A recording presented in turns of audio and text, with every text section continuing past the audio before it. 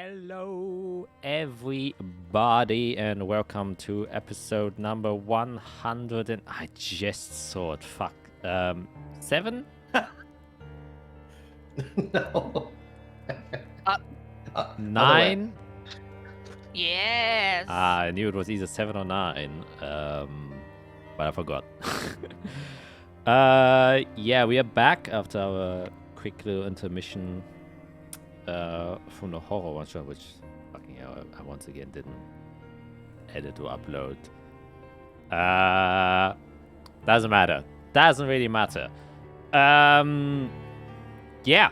I don't have much to say, so well, if you haven't checked out, you can check out the horror one shot in the description. If this isn't another 1 month period where I decide not to edit or upload anything, which very well might be. I just realized, oh yeah, it might be. Okay, I'm getting distracted again. So, since it has been 2 weeks, let's start us off with a quick recap, just to ease ourselves into things. You guys, the Fate Weavers, recently defeated a devil in disguise who seemed to have been part of a larger infernal plan that has been brewing or going on within the nation of Collis for at least 2 years now. And you've kind of uncovered the rabbit hole there, and is in some way, shape or form connected with, you know, your very beginnings as adventurers with Calyx and stuff, and decided to ally yourselves with the Lord of Hosvan, Mr. Ventrax Moradon, who obviously seems very, very worried about the prospect of their entire nation currently being infiltrated by infernal spies or, well, whatever they are, especially in connection with the Forgefire Doctrine. There seems to be a very convenient timeline that when they arrived, some of the shenanigans or works of devils were also starting to appear, specifically in form of these weird crystals, or shards, which they were able to produce by sacrificing 5 souls or 5 lives to create basically a magical battery or a magical replacement for material components in worth of 10,000 gold, and that means a human soul's life is worth 2,000 gold, at least in terms of magical material components. You have the answer here. And going with that, you contacted your friends and allies that were within here, the Star Brigade, as you would learn, come to learn them, and you would also then kind of try and meet up with them, because they also found some information. You met up in the middle of the Starfrost Forest where you fought a demon, and with the new staff of Fiera managed to defeat it quite easily. And then with the help of the, well, I mean, it was a little bit icky in the beginning, but after you held the monster, it was pretty fine. And with Tenarius' new magical capabilities learned from Fiera, by the way, managed to teleport you to the Starlight Academy, a large wizard tower education institute set up by one Illentrix Sternenkind, a high mage which originally hailed from Azathia, from where you came from. They exchanged your information, realized the bigger plots going on. You kind of caught the front end of things going on in Hosvan or Collis in general, and the Star Brigade kind of caught the other ends, the transportation of the crystals themselves, which seem to be directly going to Orafan, and then with a subterranean transport line to the Ironheart Forge, which you believe to be resides within the Corwich mines. However, before you could proceed with what you wanted to do, you would meet the illustrious and very childlike high mage wizard Illentrix Sternkind, who just kind of yeeted you with, uninterested in whatever you were doing, more interested in what he's about to do, and wanted to perform a new spell he has created, and you as his test subjects. Now finally Fiera has the opportunity to be on the other side of such an experiment. That's where we left off. So, obviously, question of the day. What do you think? What kind of spell is Mr. Sternenkind gonna do? Oh, boy. I'm Greg, and I'm playing Iric Spanner, the human artifighter.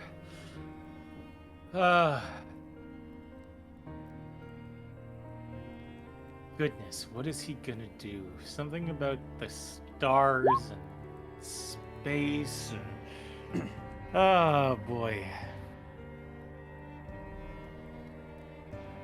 I don't know why, but I feel like there's some sort of weird connection between him and Top Hat Guy, and that we're gonna be seeing more of our other lives. Alright. That's a deep cut. Yeah. I don't know why that popped into my head, but I thought about it a couple weeks ago when you were describing him and everything, and it was the first thing that came to my head. So, yeah. I see. Probably because he's one of the other NPCs who's wearing a hat. Yeah, that's it. That's the connection. Let's go. Alright, Matt. Yes, hello, I'm Matt, playing Fiera, the level 14 Chronomancer Wizard, who will now have exhaustion every day for life because she won't be able to stop using her ability. Yeah, I actually thought about this quite a bit. I think it's going to be a spell that is very similar to what Fiera uses to get information. Our spirit's about to leave our body, and we're going to explore the planet, have a journey, fight spiritual beings and devils and demons, come back after like a month, and then we'll find out only 5 minutes have passed. And then continue on with the story. Every side quest intermission is what Matt is getting. Like bing, bing, bing, bing. Yep. Maybe. I have done that before. Accidentally. Alright, Skit. Hi, I'm Skit, and I play Isara Leafina, the druid cleric. And I think the spell is going to be... I don't know what it's going to be in itself, but I feel like it's going to be like very underwhelming in the sense that it's going to be like something that is completely like out of nowhere, and it's like, why this? Why are we the test subject? Like, why, just why? Right? Like, I don't think it's necessarily going to be like, silly, goofy, but I think like it's going to be like, something that is like, why did you need test subject? Like, are you just happy to show that you found something new, and you're just like, hey, let's do this together. Like, you're coming to my academy, so I'm gonna put on a show for you, type of thing. It's like Willy Wonka. Kind of, yeah, kind of. It just summons a hot air balloon, and you get a tour of the forest. Yeah.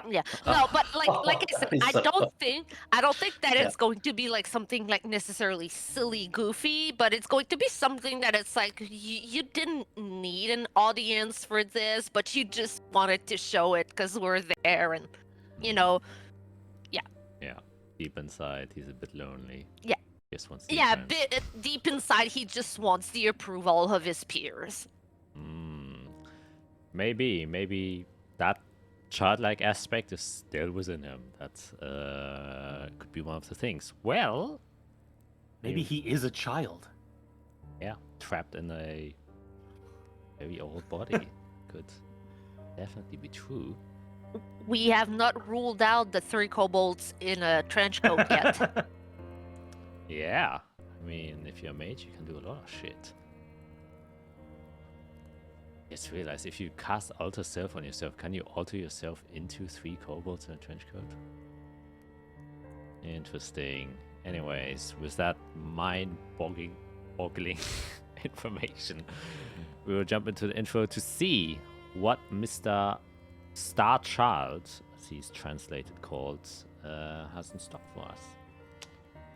Yeah. Maybe nothing will happen. Maybe his spell just failed. Wait, there was something I just wanted to say. After I saw the 33 that you rolled, I was like, oh yeah, I wanted to do something. And I forgot. I completely forgot. Well, I'll think about it during the intro, I guess.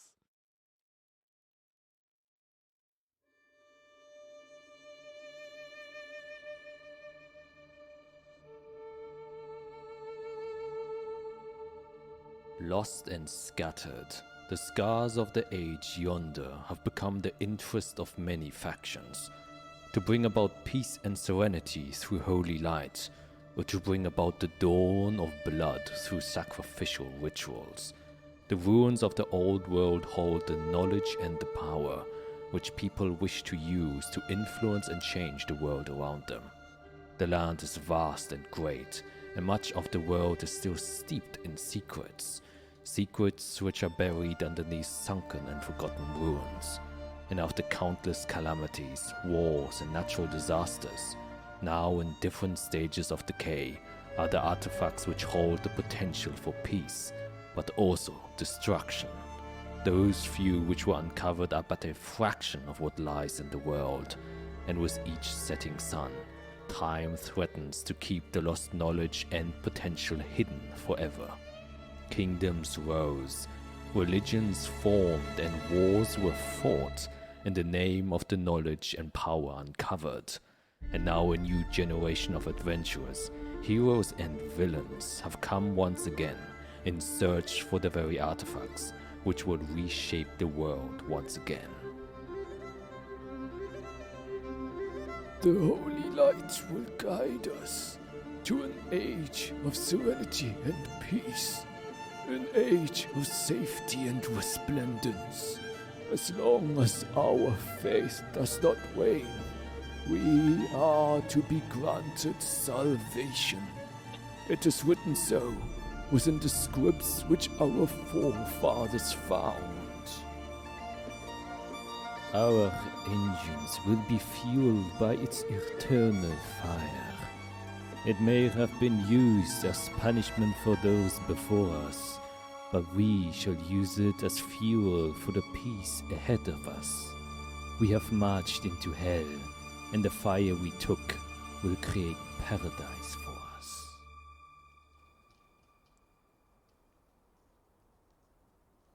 Oof. Skid overestimated the timeline there. That's always what I'm most worried about. Ah!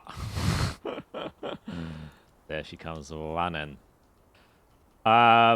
So, you guys are currently on the very top of Mr. Illentrick Sternken's tower, and he's currently in the process of creating this ritual.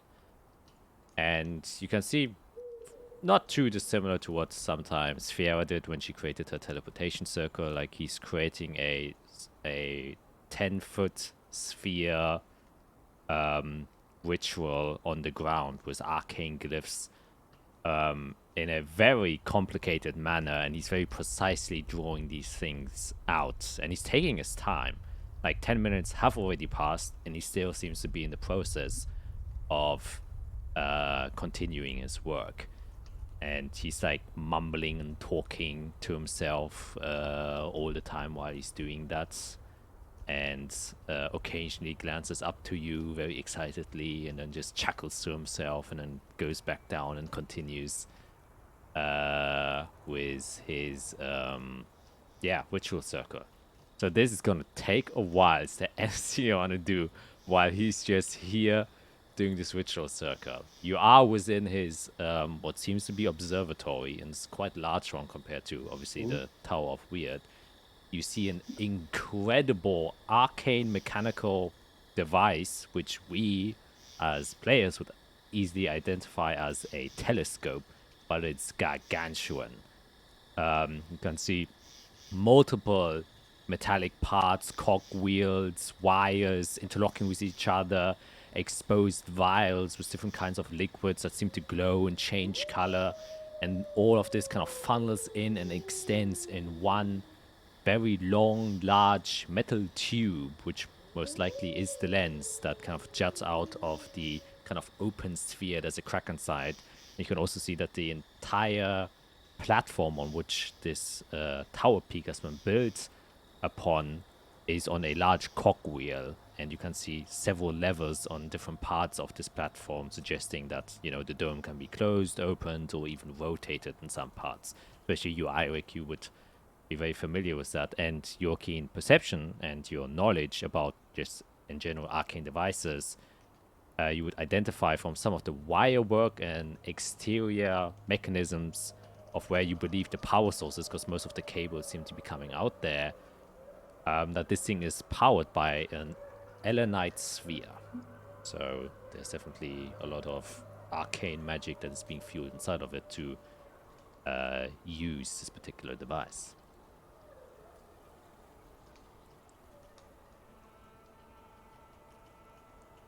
Is the sphere visible at all? Like, can you see the power, or is it just wires? No, there are several metal encasings that seem to be covering it, and seems to be deeply residing within it. But you can, you know, like when you see a certain motherboard or, you know, exterior from a laptop and the size and things like that, you're like, okay, yeah, I can remember some of the blueprints. Can deduct that it's probably a Elenite sphere.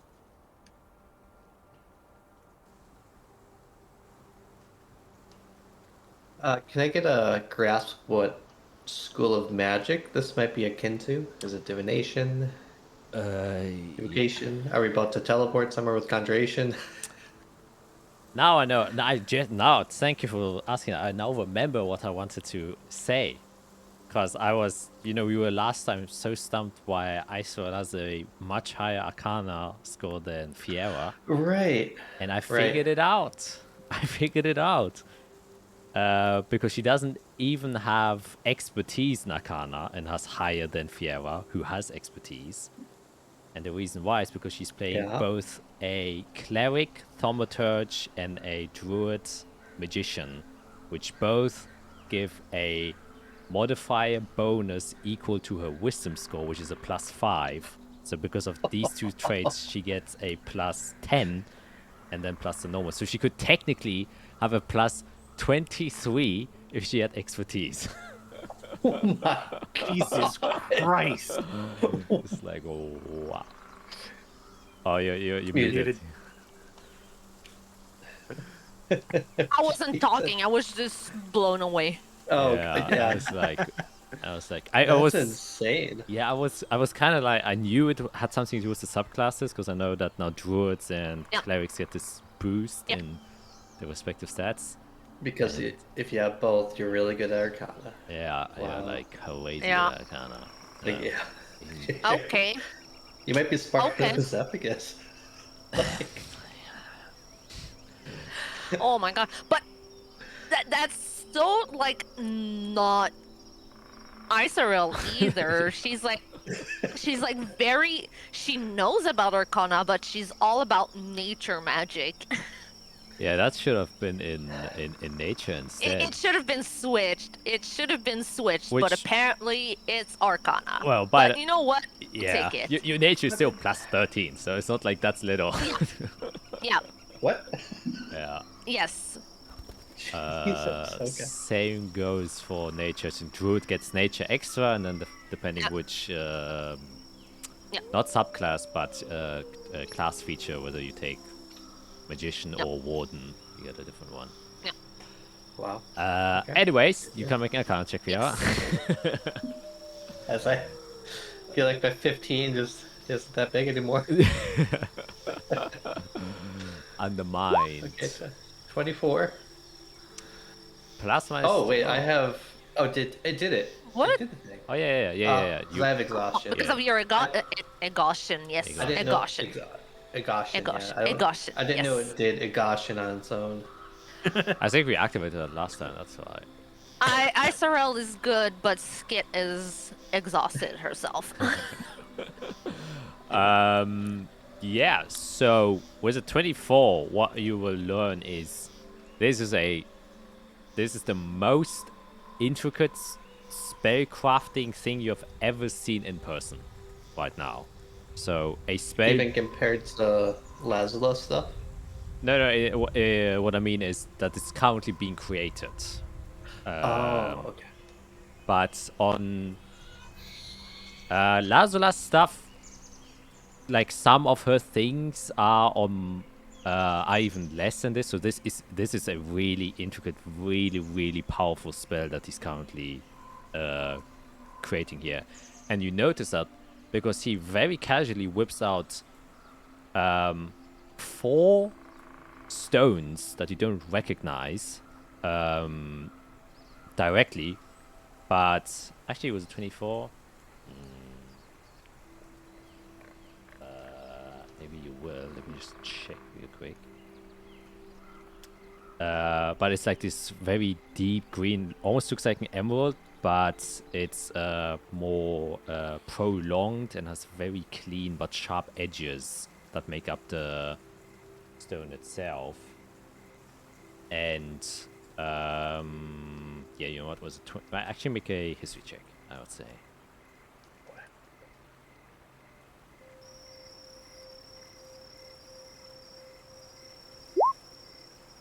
17. Oh. Yeah, that's it's morning. I'll say. Yeah, that's good enough. It's enough. Okay. Yeah. Okay. You've now, seen a lot of gemstones and gemscrafts, especially with Eirik, as you were brainstorming about potential gems you could use for a staff. This is a very rare gemstone called a jacinth, which I do believe is an actual real stone, but it's built like this.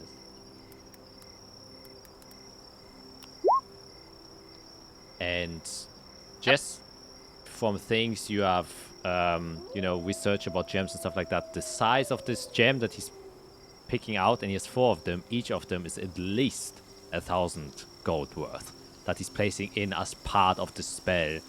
And as he's like, drawing it in and placing the components, it is very much in tune that this is a necessary component that will fuel the spell, aka will also consume this gemstone. And after he does that, you can see that he has like this small, he seems to be taking most of the things out of his robes or out of the long cuffs of his arms, as if he has like bags of holding just attached to his robe of some sort.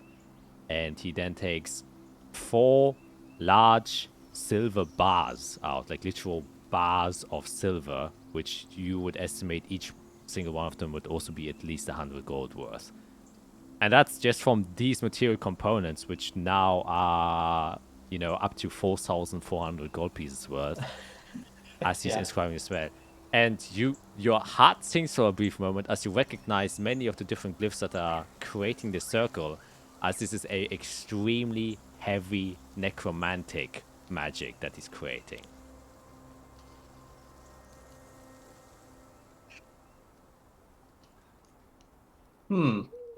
Danger. Can prepare a spell to protect myself. I mean... Okay. No, I probably shouldn't share that. I'll keep it to myself. Okay. Very well. As he's writing things, then the last thing I will say that he would get was a 24 is also having learned a bit about the arcane relationships with annihilation fields. You have seen like some spellcrafts that try to emulate or kind of connect to a soul, or what magicians or wizards perceive to be or theorize to be a soul.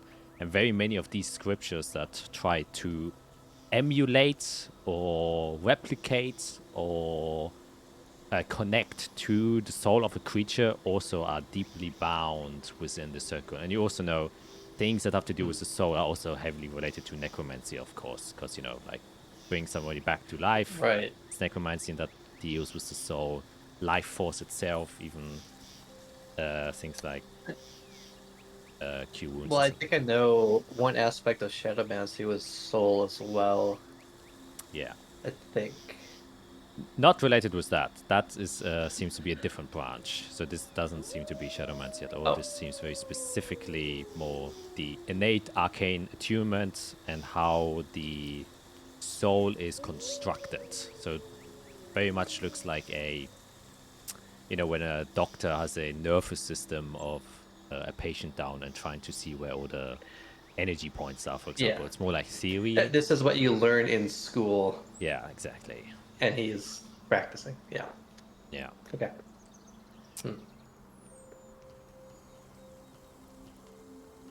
Yeah, I guess I'll probably just watch. Make sure he doesn't make a mistake. You realize you wouldn't even know if he was making a mistake. You've gone far in your arcane adventures, but you feel like what he's creating here at the moment is still like several notches above your own pay grade. But it's a great learning experience as you're watching him create this thing. I'll do that, yeah. Yeah. Anything from Isabel or Eric, or will you just also stand here and just quizzically look at? Oh no, I would absolutely take time to take a look at that big thing and try to see how it works, and if I can look out to the sky and just take a gander at what's going on, and if I can see things that I cannot see usually when I observe the sky. Yeah, of course. And you can also see, as you're like walking towards there, even Illentrix kind of, while still, fighting his magic skills, would say, Oh, yeah. If you're interested, there's the looking hole is on the left side. Just be careful, don't touch the glass. It's, any distortion from outside things can heavily affect the image that gets projected. And once you're ready, there's a small looking hole. You just place your head inside of it. And then to your right, there's a lever. You have to pull that. And then there's a second button that will appear out of a hood. After that appears, you press that one, and then you have to squeeze your head inside, and then it will form into the looking hole, so no light from the outside can come in. And after that happens, a second lever on the left side will come out, which you only have to crack halfway. After that, you will feel your body, and then he goes like through 5 minutes of processes you have to do to kind of set yourself up to use the device. And you're like, okay, and then you wander over where he says, and you can see there's like a stool attached to it, very much like a dentist chair, where you kind of like lean inside, and there's like this table in front of you with what seems to be a headpiece device on like a arm, much very similar to this one here. And yeah, you kind of just vaguely follow the instructions that he set up. You place inside of there, and you can see that the chair auto adjusts to your size, leans you forward, and you can also see that the arm is also self-automatic, and it reaches towards, measures your height, and then places itself above your head. And yeah, you pull the lever, a button seems to come out, you press the button, even though you have to search for it first because you can't see the button because your face is inside of the goggles. And then you press the button, and then you squeeze your face inside, it tightens around, and then kind of creates like a small vacuum. So it's really just completely black and darkness, and no light is able to come through. And you do the rest of the procedures, and you can gladly make a perception check as you look through the looking glass. As you can see, slowly but surely the device starts to crank up. A lot of weird noises happen. A 20.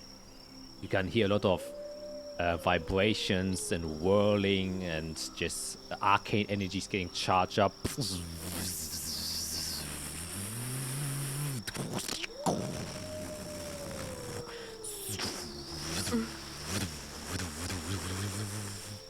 And just continues to go on. And everyone from the outside, you can see the machine starts to work and almost looks like a living thing as different parts start to move and adjust accordingly. And you can see it kind of like, like a auto lens starts focusing. The tube kind of somewhat circles itself a little bit tighter and becomes longer, while other parts kind of open up and then steam gets released.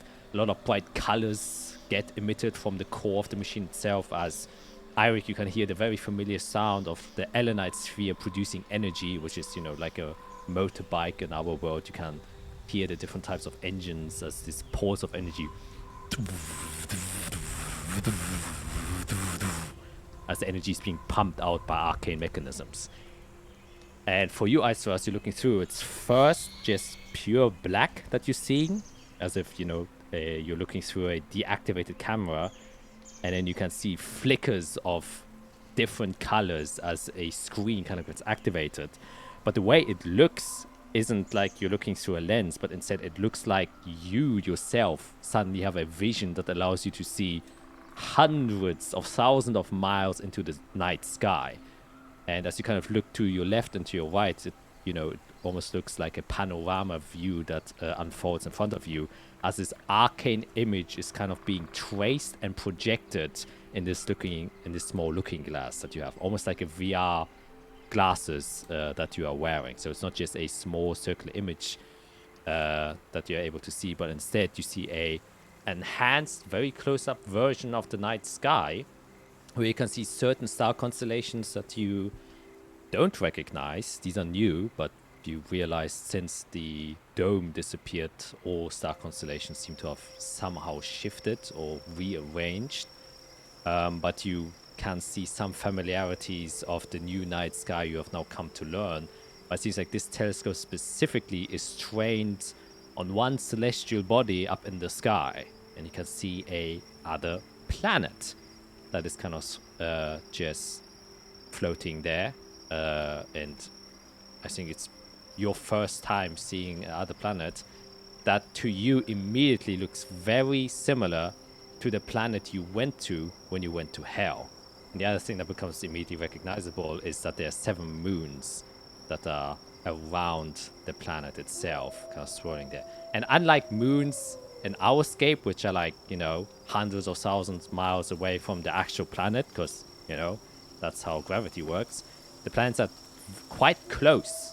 The moons are quite close to the planet itself. So that's why with this enhanced view, you can actually see them slowly but surely circling around it. You don't actually see the movement itself, but, you imagine that they probably Yeah, move. my brain can decipher, they have moved, and they have, yeah. Okay. Yeah, and it's just this kind of somewhat deep red dot sitting there, and then these 7 multicolored spheres that's coming around it. And what you notice as you're looking at this for, a couple of minutes, and this thing seems to be hyper-focused on it, that one of the moons, specifically the red one, occasionally you can see emits a little bit of light, as if it's like flickering.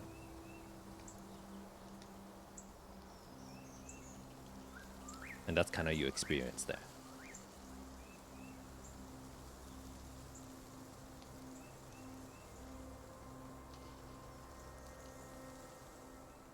I would definitely take the time to describe what I'm seeing to Eirik, if he's standing not too far from me. He wouldn't be in general. If you talk with a loud voice, anyone who was in the observatory would be able to hear you. Well, actually, the loud machine... I wouldn't be yelling necessarily, but I would... Because I wouldn't be like, yo, I'm looking at Hell right now. I know because we went, right? But if Eirik is close enough, I'd be like, Eirik. Hey, yeah. And just let him know what I'm seeing. Mm-hmm. Just so that first I don't forget about it, but also someone else than me knows. Yeah.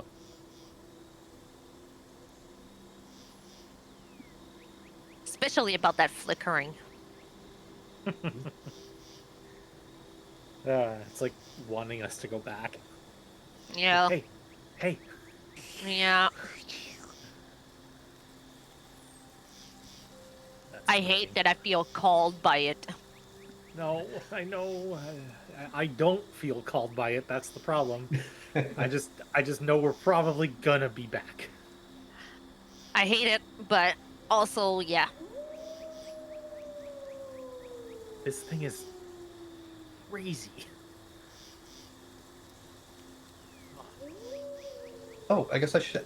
Who built this? Was it you, or gnomes, or dwarves, or a combination of people? Sees nice fairy saying, "Oh, well, I would say 99% of the credit goes to me, of course. Some help, wow. but this has been a lifelong project of mine, which I've managed to fulfill, well, about maybe 10 years ago.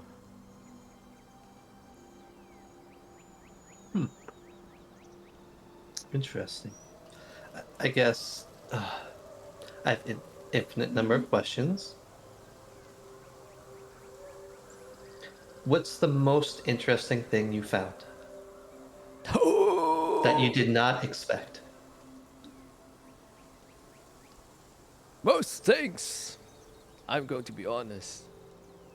You see, the beauty of the cosmos beyond is the unparalleled, infinite potential that lies out there. And anything you discover is going to blow your mind. We are but fickle things on this, our own scrap planet. And things beyond yonder, who knows how they work. And that's what drew me. The thing I am most interested in. It's the thing that made me who I am now. It defines me as a person. It's what gave me my family, my name. It's the stars. Because even with this telescope, there's still a mystery to me. I don't understand how their light travels through the vacuum.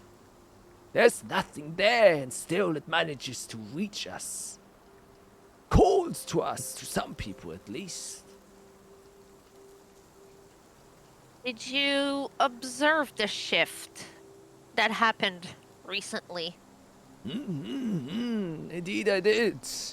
The moons of Gena has been, well, flaring up since, well, around 2 to 3 years ago. 2 to 3 years. That sounds familiar for some reason. Happened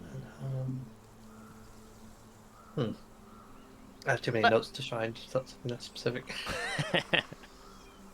But with the dome now gone, it seems like the night sky has changed. Yes. Well, I already knew about this for, since I made this telescope. This is what this telescope is for. Now, obviously, extra effort I put inside is kind of wasted. I feel a little bit insulted by whoever got rid of the dome, because that kind of made my place special. But this... Well, they didn't do it on purpose, but... No, definitely not. Well, either way, this magical telescope I built specifically to look through and look at any gates, domes, magical things that could block someone's vision or illusions being created. And this is one of them. So, I have it currently set up to look at Gena, because, that's kind of... I've been interested, or at least many of my students have been interested, especially Tenaria. When she came here, she wanted to look at it. There's a button you can press where you can not look at the physical projections, but at the magical projections instead. It's like the frame wire of magic that's around these things. Spectacular. Oh, I wonder if you can see the roots. Yeah, where is the button situated? So I can... Yeah, it's just behind her, and he's 5 minutes of describing where this button and is. I follow along to push on that button. Yeah, and as soon as you press it, you see a bunch of steam coming out of different orifices within the tube itself that creates this looking lens, and you just hear the and then Ivic, you hear that the Elenite sphere starts to charge up even more.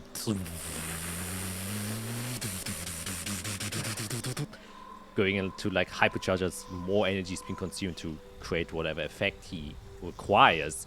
As it does so, you can see the kind of outer rim of the lens itself kind of claps out, almost like a big fan, and then claps back together on the other side to double the length of the lens itself, creating like this super lens, which is now 120 feet long.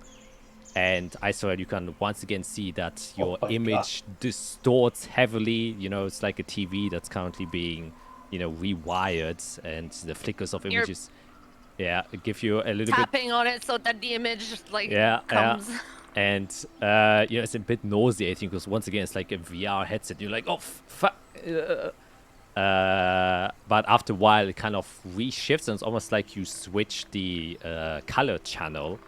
Or looking through an infrared vision, you instead don't see like natural colors, but instead see like an array of the entire image isn't like black anymore. The void isn't black, but instead has like this very light purplish but somewhat ever-changing spectrum of color or color film that is laid over everything you're seeing. And there you can very clearly see, you don't see the red ball or planet of Gena anymore. Instead, you see this interconnected weave as if this is a ball of yarn. But instead, it's like pulsing energies emanating out. And you can see the same for each moon. And you can also now see the, what's it called?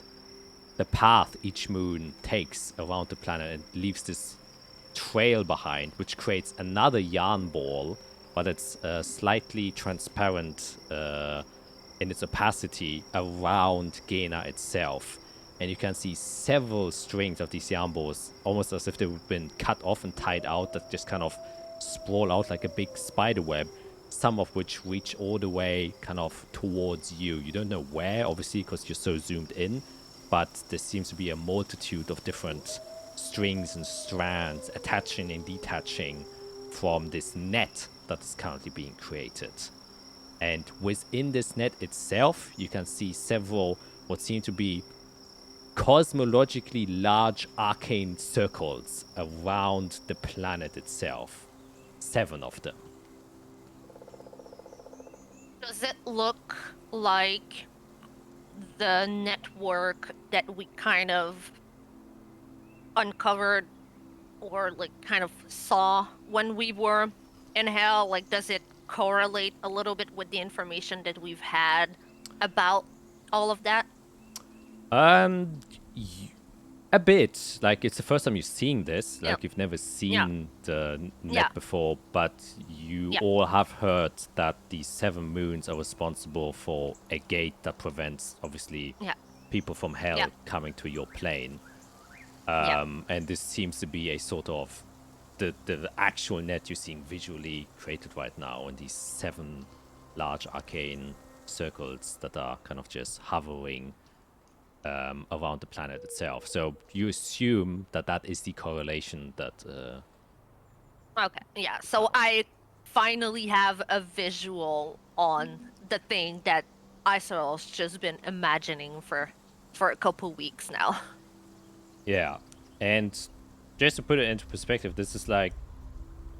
You assume this is the first time you're witnessing and actually seeing divine work. This is literal one of the creations of the gods, you assume. They created hell as far as you're concerned.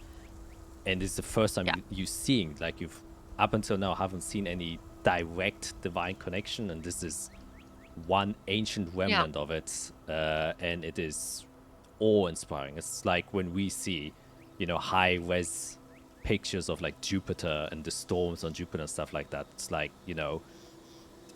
eons have created this thing, and something much powerful that for some reason doesn't exist anymore has created this arcane net. Isarel is definitely sitting there a little bit like a kid on Christmas morning, like seeing like all of a sudden like, oh, the gifts appeared under the tree, like Santa's magical. She's a little bit like that, seeing that right now. Like, oh my gosh, this is amazing. And also a little bit humbled by seeing like a definite, like 100%, like this came from the gods themselves. This is not something that we could, undo by science, or you can't, like, this was created by the gods themselves, the creators, and like there's a little bit of a humbling experience in that. Like, she's in awe, but she's also very like, yeah, this is more than what she would ever thought she would have seen in her life. Yeah. And after a short while, like a couple of minutes, you can hear that the engine kind of starts to become a little bit quieter and runs down. And I swear you can also see that the image flickers away, and once again a lot of steam gets released.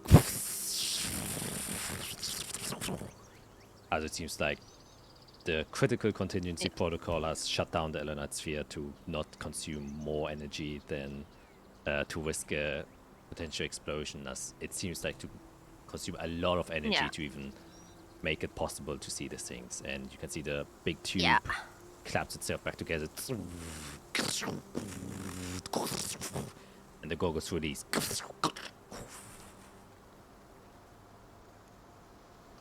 That was crazy. I saw all of the connections, all of that spider web. I saw it all. That was insane. It's a beautiful thing, isn't it? Remarkable. It is. It is absolutely beautiful.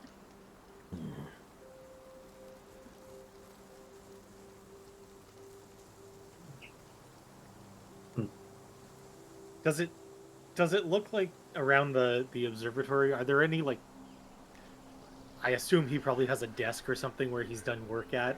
Like, I'd like to kind of look around, like, as all of this has been happening, kind of just walk around the room and look for just paperwork and, like, anything that might have, like, names on it or information regarding, like, the Elenite spheres, the CSCP, because I want to see if there's, like, is there, like, a paper trail involved here, or is he doing this sort of, like, off the radar? Oh. Yeah, you can make an investigation check.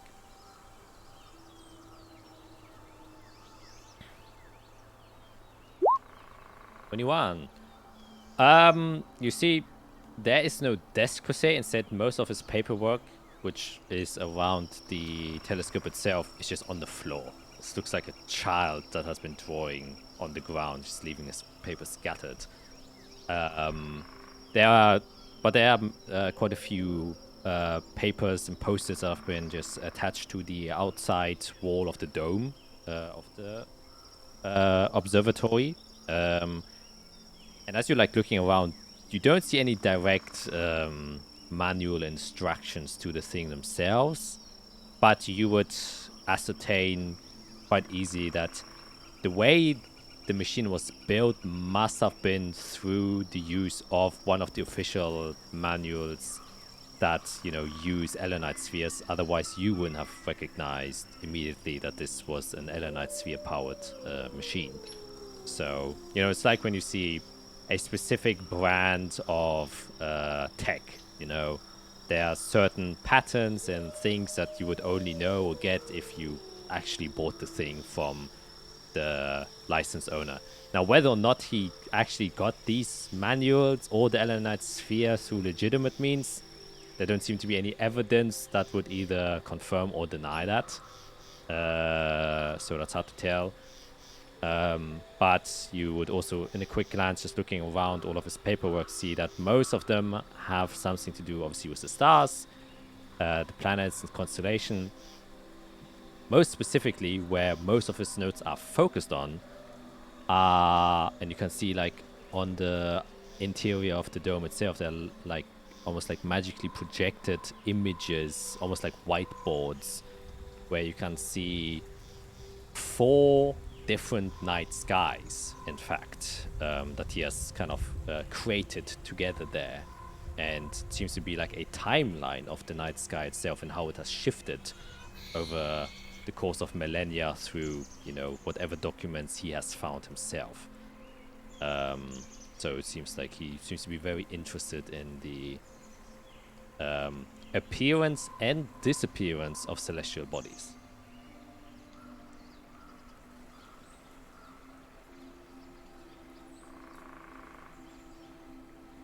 And is it, with all the sounds that the Elenite sphere was making, is it?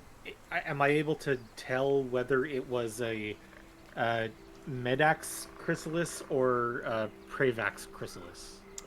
You believe it was definitely a Medax, so a. Actually, let me look myself.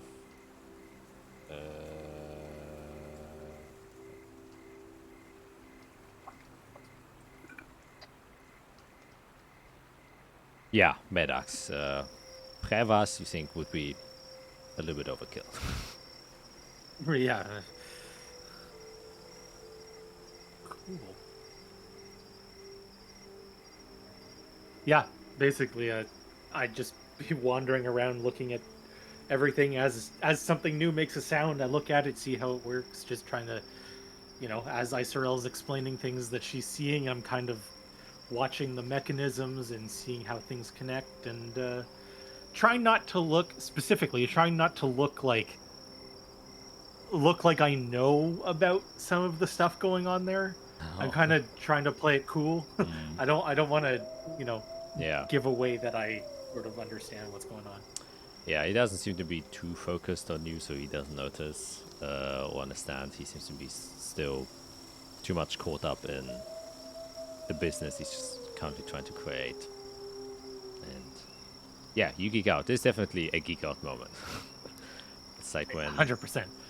the new NVIDIA graphics card gets released and something, you can see it for the first time and how it works. You're like, damn, that's really nice.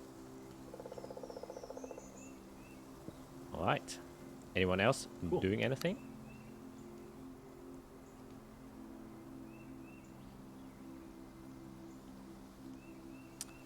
I mean, there's no signs of,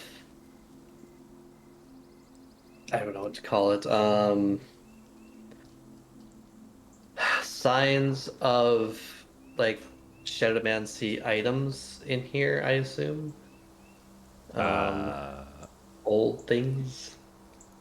So your passive investigation, not really.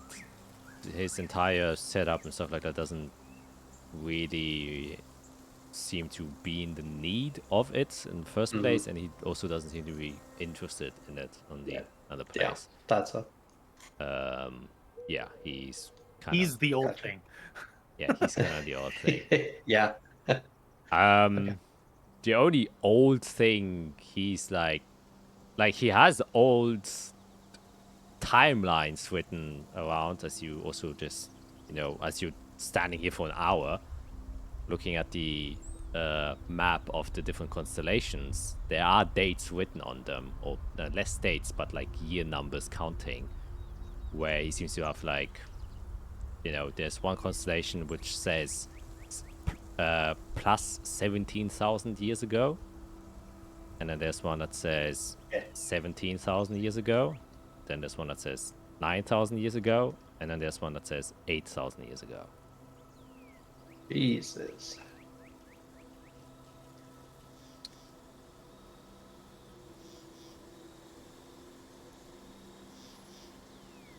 And it's just less and less planets, less and less moons. Well, funnily enough, not like how you expected it. It seems like the one that says plus 17,000 years ago, which just suggests something beyond 17,000 years ago. 2, you can see the constellation just shows 2 astral bodies, which is just single planet. Inside of it says Chaldeus, which you assume is your own planet. And then 1 moon, which is referred to as Iris, which you have, I believe, already learned as well, that's the name gets referred to. And written in Celestial underneath also says white moon, but in Celestial, which Iris somewhat translates to, but it's more of a, fancier word, simpler word. So these 2, 17,000 or plus 17,000 years ago, and then 17,000 years ago, which, it always says like in estimates, no direct number on anything. There's a solar system projected where there are now 7 astral bodies. But this time, you can notice with your passive investigation that it excludes the moon. Instead, there are now 7 planets, some of them which do have a moon.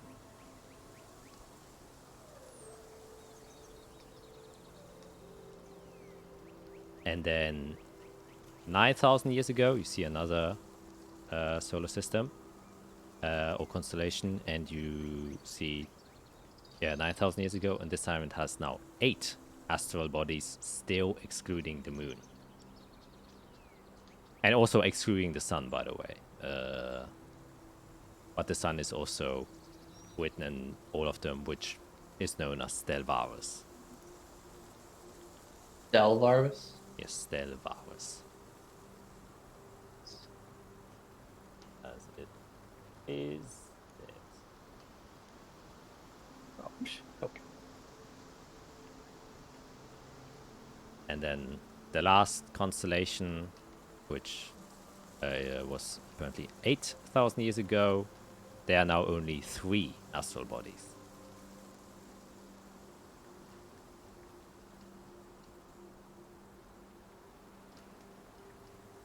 Huh.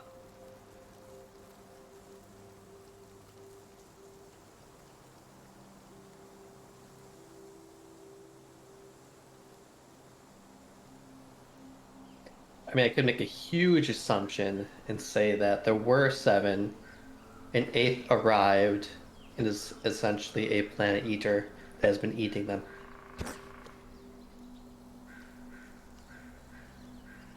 If I'm right, then inspiration.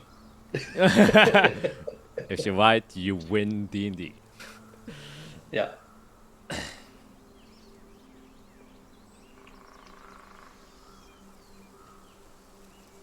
I mean, that's a long time ago, though. Jeez. Can't even imagine. Okay. I'm satisfied. All right. After B. I'd like to ask him one more thing. Yeah. Have you ever looked out through your telescope during high storms? No, no. I'm not crazy. I am crazy, admittedly. But I did it with an earlier version, and I almost died. Because the Elenite sphere had inside of it, sucked in most of the energy and then almost exploded. And then I managed to teleport it away, and so there's a crater somewhere out there, which I'd rather not think about. We've never done that before. Definitely do not recommend. We definitely never created a crater somewhere. No. Ever. No. Oh, No, that's good. That's good. Absolutely. That's good. Shouldn't.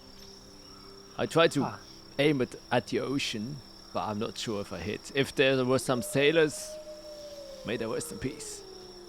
But if they're outside sailing in a high storm, then they're probably already dead anyway. So, I'm taking my chances here. Right. I mean, Fair enough. it was probably the safest way to dispose of it at the time. exactly.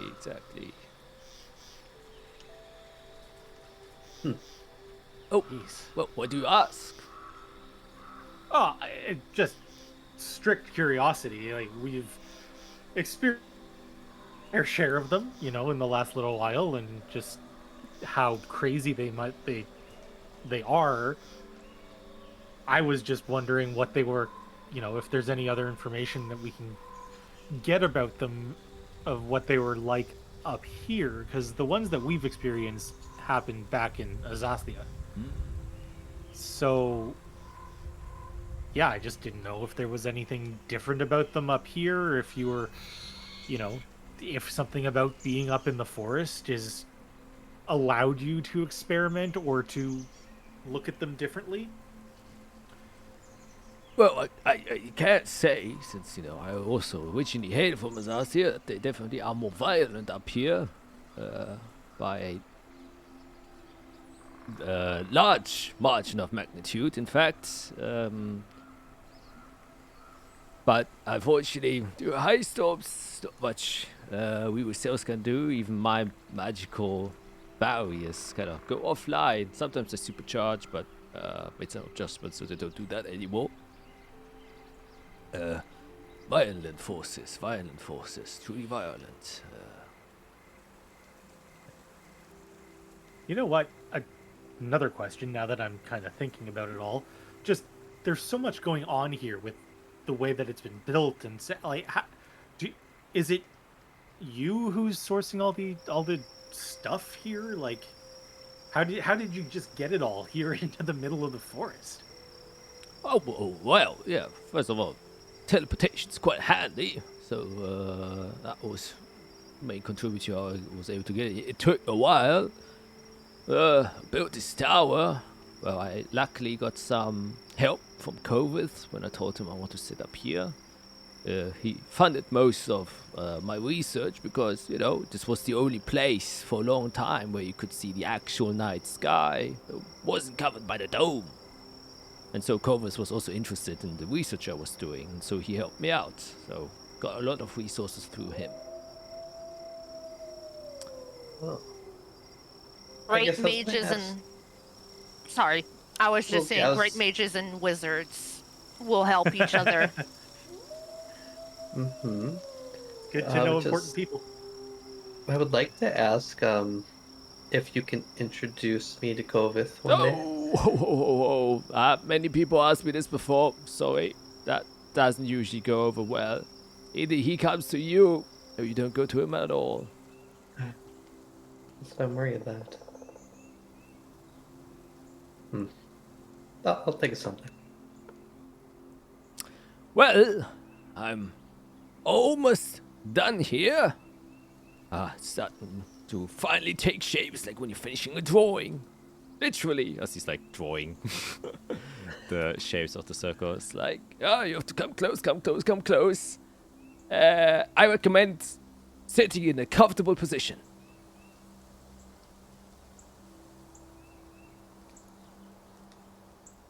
Okay. I will approach, and I will sit the exact same way I usually do when I meditate. All right. I will do the other two sit. I assume my soul's about to leave my body, so the same way I do for Contact Other Plane. Okay, nice. Actually, pretty good. Sit down on my butt and pull my legs up towards my chest and just hug my knees. Nice. That's one way to do it. It's pretty good.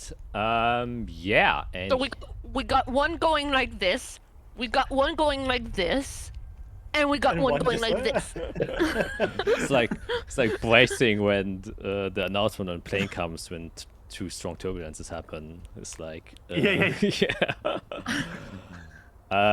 All right, he doesn't seem to favor any position that's currently being taken here, and he just starts. As soon as you all approach and sit down within 10 feet of him, he kind of does the finishing touches, and you can kind of see it, Fiara, when some mages finish the spells of certain, a certain air about them as they are, either giddy. He seems to be very giddy as he's like finally completing what he's been crafting here for the last hour. And you can see as he does his last kind of swing out and kind of closing the arcane sigils and circles, completing the ritual itself, you can feel, and all of you would see and hear, and immediately like as the crystals that he put out, the jathans, immediately start to spark and create an extremely bright light, and they seem to be almost burning away like flares as they do so.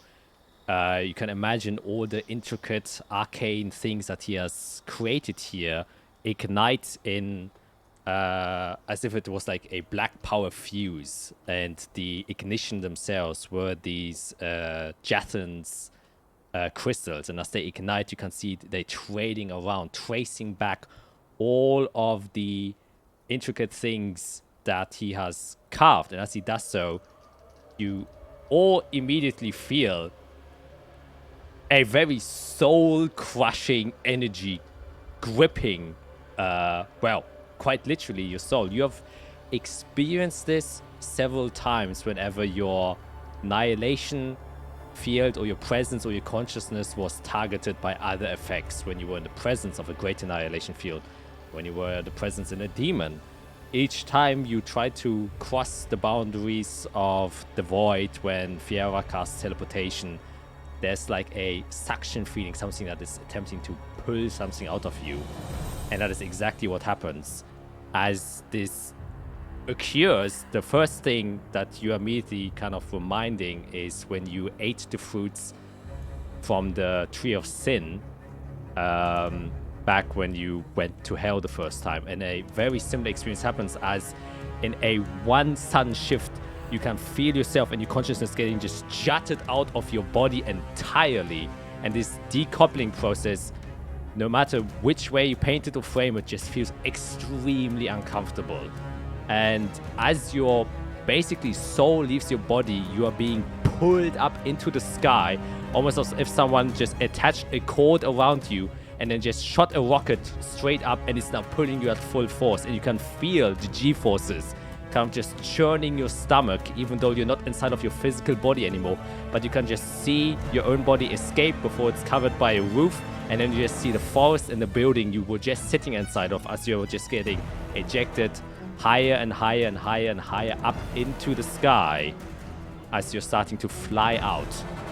In this moment where you're being ejected up, you can all see your own bodies as you're, being lifted up, and you still retain somewhat of your physical form, however, more attuned to whatever you chose your annihilation fields to be. So Fiera, you can see, is a little bit more black, shadowy, with these large, silhouettes of different Fiera forms kind of swirling around her. Eirik, you're surrounded by these large spinning cogwheels. You have a more orangish, warmer color, while Isorel, you can see around your astral form. Your arms are covered in vines, and flowers seem to sprout out from you as your literal souls are being manifested here. But you still have your arms, legs, and other things. But the other thing you notice is coming from your belly button is like a cord going down, attaching you to your physical body. But it kind of disappears 5 feet from when it leaves your astral body as you're getting yeeted up into the sky. You also just hear the cackling of Illentrick Sternenkind, who is just like,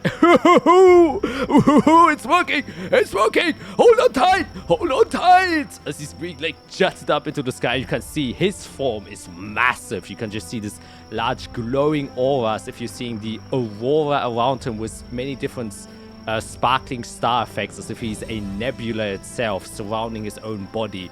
His grand annihilation field that is being also yeeted up into the sky as your troop, your quadro, is flying up. And you can just see, once again, like when you were in hell, but this time not as restrictive as before. You still seem to keep your senses. It's just a very sudden, unusual, and something you're just simply not used to feeling. But you can retain your consciousness, you can still see, you can still feel everything. And in this moment, you can just see the forest starts to shrink, and then you can see the coastline start to approach and then shrink with the forest. You can see the trade routes. You start to see a small village off to the western side where the plumes of smokes are coming out of. As the land beneath you becomes smaller and smaller, and this is where I'm going to share a very special moment with you as you start to see the land beneath you grow, and you will be able to see more of it as you start to approach it. Oops, that's the wrong one. Where is it? Here it is. It's the back button. So you guys are there, Oh, jeez. Oh shit. and you are slowly but surely flying out of the sky. And as you do so, you can see, or you see, more and more of the land revealing itself one after the other. You start to see even the parts of Collis that aren't covered in snow.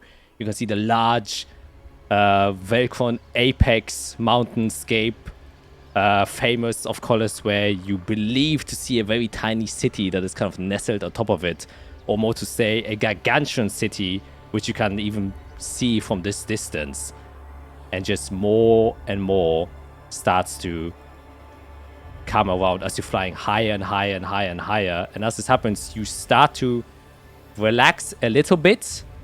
As you're somewhat getting used to the feeling. It's like when you the first time sitting on a plane and you kind of manage to get over the takeoff phase, and right now you're just floating up at an incredible speed, but the speed isn't increasing anymore, so you aren't feeling the force of weights that, you know, gravity usually would put onto you, or in this case onto your soul, as you're just starting to see more and more of the world beneath you. And once again, Trix is just fucking going crazy as he's just celebrating the success of his spell, as you slowly start to see more and more of the world, slowly but surely. Anything you guys would like to do as this is happening? I just want to double check. Are we supposed to be seeing more than a little circle? Oh shit! I've been expanding it, but I've been expanding the wrong one. Ah, that's why I know. Okay, yeah, you do start to see more. It is. Okay. I was expanding the wrong one. I had 2 tokens there. Ah, that's why I should keep it. Yeah, and you start to see more. Oh man. And more. And Holy shit. more. As you just start to fly higher and higher and higher. I'm looking at Fiera and Eirik. Like what the is going on?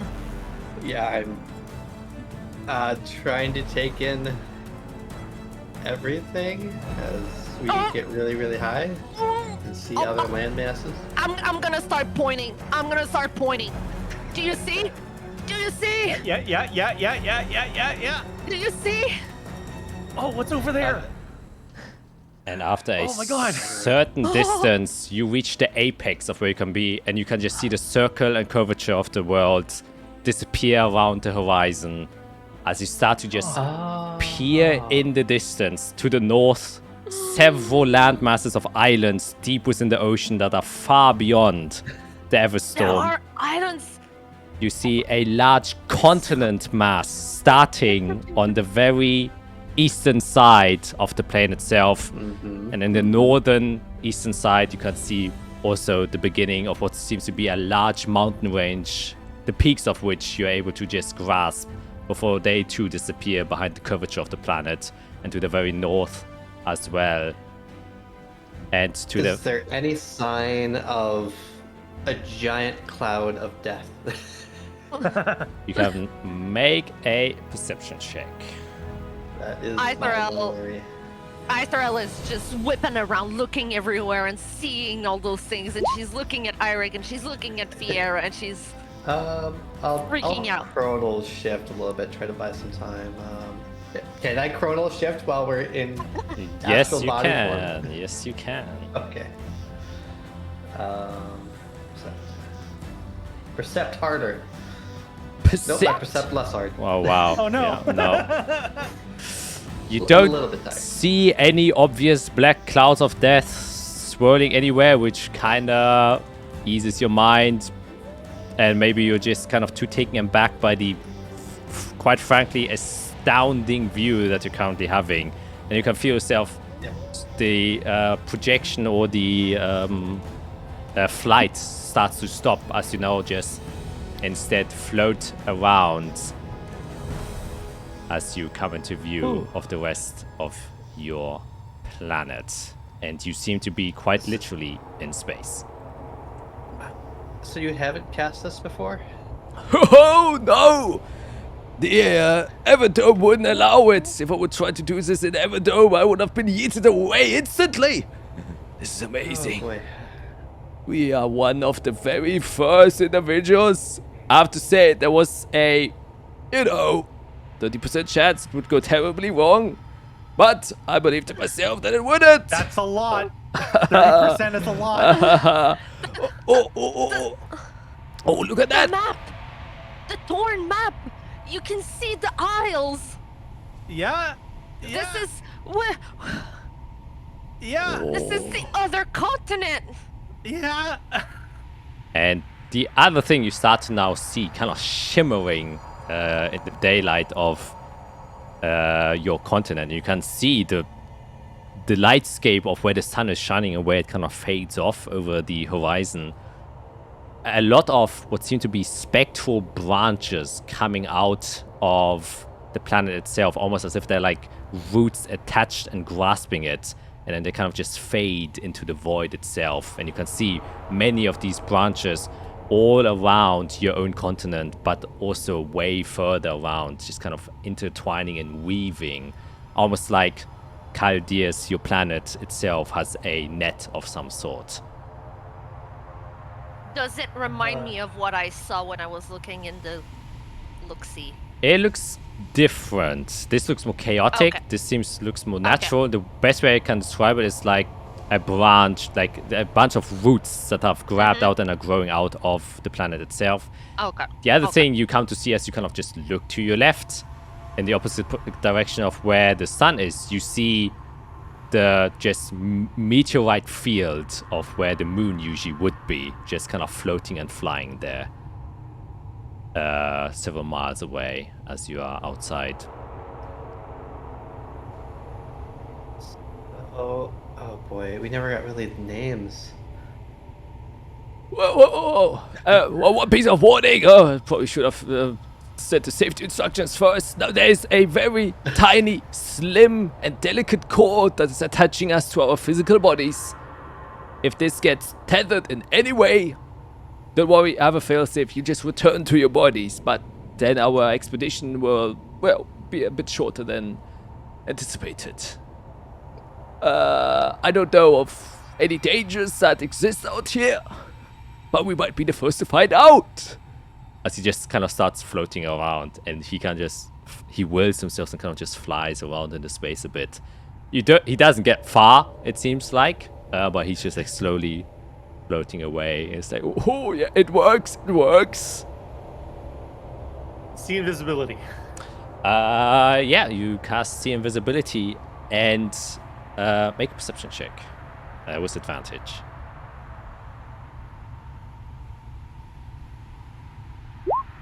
27.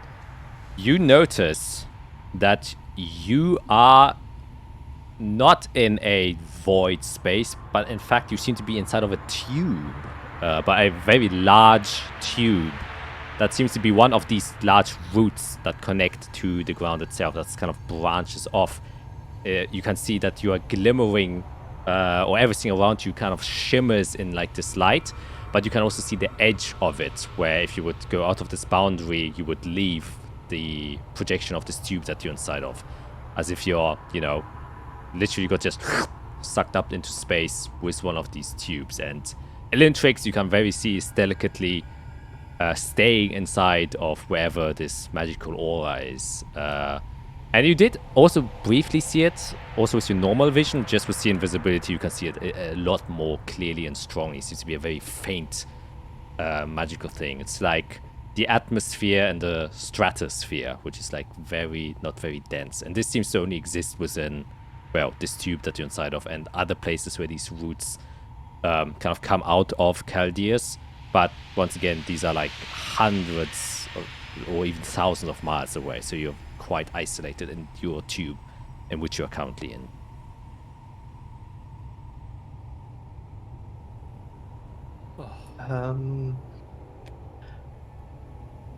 So what happens if I teleport over there? And I point to the to the continent that we can barely see. I don't know if that would work. This is the first time I made this. I don't know if your soul would go there, if your physical body would go there. Nobody's going there. Yeah, Not yet. there's a slight chance that because you teleport, but your physical body doesn't teleport, that would disconnect you from your physical body because your cord doesn't get teleported and you would disconnect and you would just be thrown back inside of your physical body. Oh, so there's a safety precaution. Yes, the cord is keeping you safe.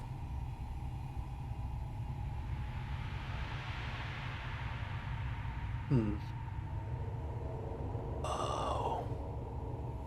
So it is a void, idiot. Yeah. Do you have any idea what this looks like from the ground? Have you like caused a big old like thing to explode out of the ground here, and people all around the continent can see this now? No. There are many natural roots that come out of, our continent or our planets that seem to go open into the space. But they end at some point. From the research I've done, I believe these are the old remnant pieces or old roots from the world tree.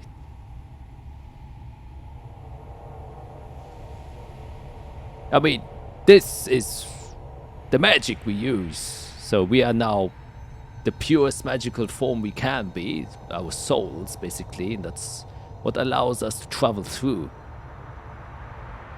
Like I said, these roots exist basically everywhere. Anywhere you can cast magic, at least. Some are thinner, some are bigger, some are more dense, some are less dense. Just imagine a garden just underneath the earth. All the roots.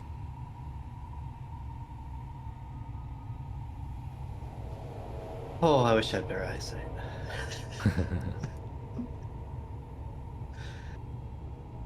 So with Eirik, with see invisibility, you can only see like what's invisible. Can you see in other planes?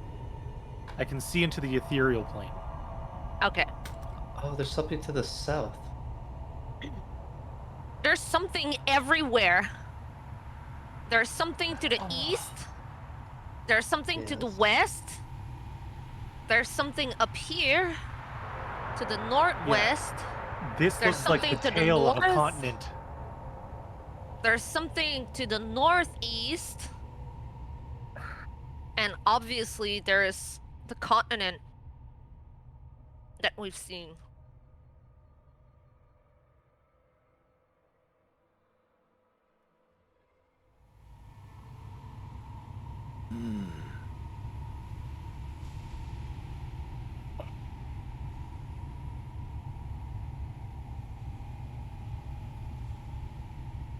People, this is gonna be... Well, we just unlocked a new age, folks. All of this you see outside of our own continent, lost from our fingertips. But now, not anymore. The place once yonder are going to invite an age of exploration. So who cares if this continent falls to whatever corruption there are many more? Not quite how that works. I guess a little hopeful. That's not hopeful, is it? Ah, well, depending who survives.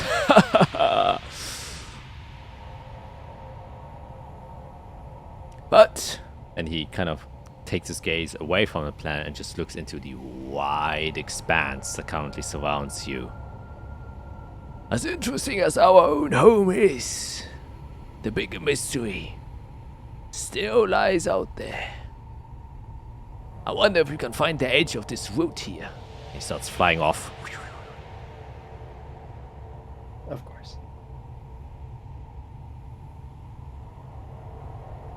Oh, and don't leave the route. Don't leave the route. He disappears.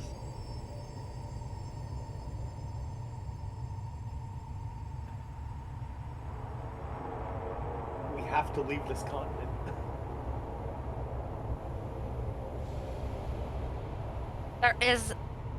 There's just so much. There's just so much we don't know.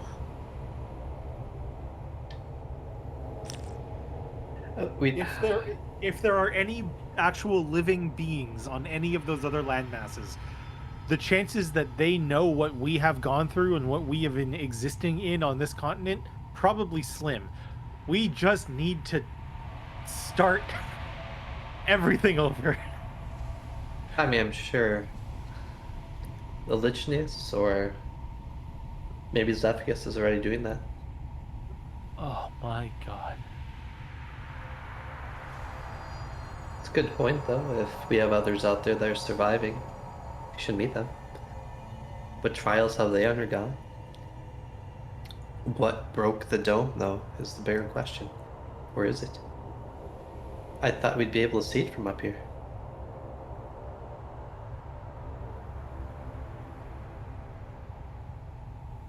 Because something killed the Dominators.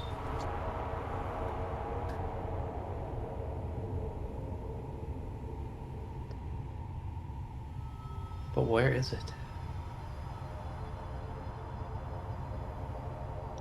Oh, wait, do I remember, Jack, when one of the times I contact other plane, I can't think of names. A Zappy Boy, what was his name?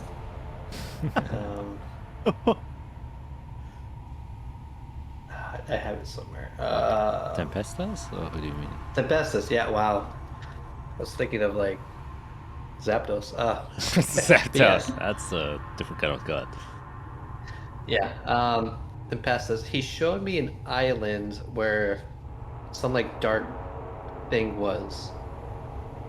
Can I recognize that island from up here?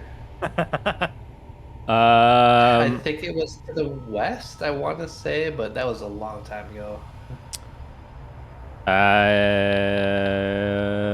Make a history check. You know what? I'm not allowed that much.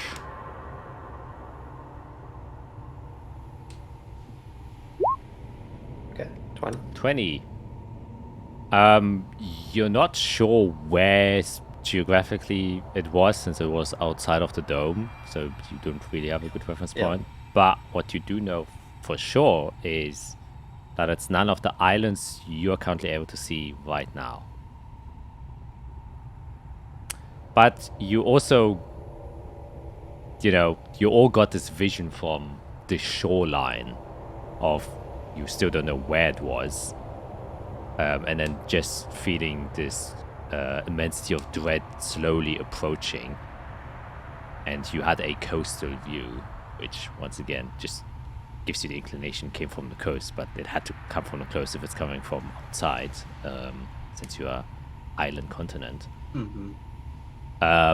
But the threat itself, you don't know how big it is. Like if it's on a quote-unquote local scale, even if it's like, in the tens of miles big, you wouldn't be able to see it from this distance, because it's like you're now thousands of miles above the sky, and something that's like 10 kilometers wide, even if it's a big-ass dragon, you wouldn't be able to see it. That's fair. Yeah. Okay. Yeah. Huh.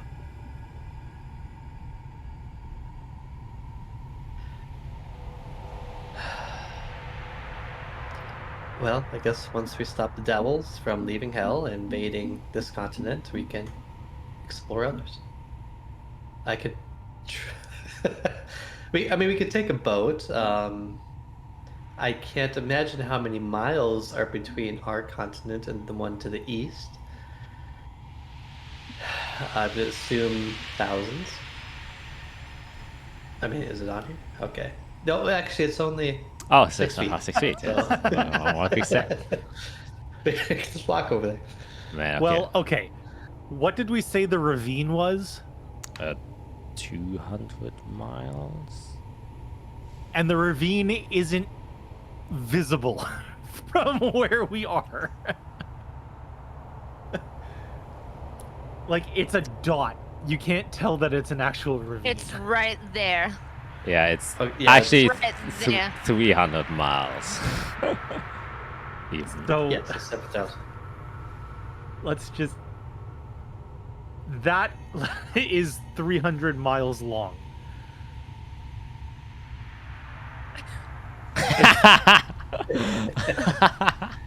Yeah. Wait, let me try. I will try and get the. 300, 600, 900, 1200. Like, Well, one thing we need to remember is if that's the continent that the angels invaded from, they invaded because they were corrupted, and I assume their land was unlivable. So that, That was actually then, might this be is more. now. Oh boy. Just saying, we might have to be prepared for a more dangerous continent. Here's the thing. Who's gonna want to follow us into this crazy idea of going on a boat to a continent that nobody outside of us knows exists? Oh, 1,500 miles away, like at the shortest.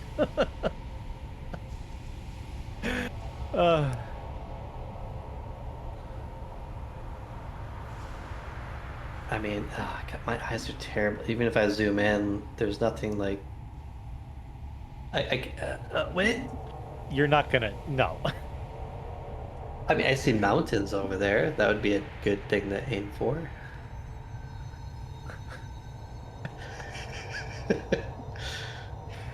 Oh no. Man. Oh, Got me I teleport. just realized you can see the pumpkin behind me. Hee-hee.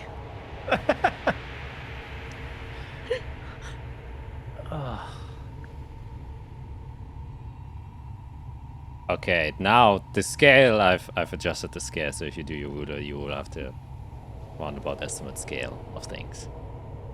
Okay. All right. That's not. It's not as bad. Yeah, because this is. Oh no, the scale is wrong. The scale is wrong. Yeah. I just Only fine. 500 miles. I remeasured the ravine. Ah, still not. Wow. I think it might be 1K. Crazy. Still not. Holy shit. I assumed it'd be over 1,000. Yeah. Yeah. My little mark was Yeah. pretty accurate. Yeah, it was pretty. I think too much now. Uh.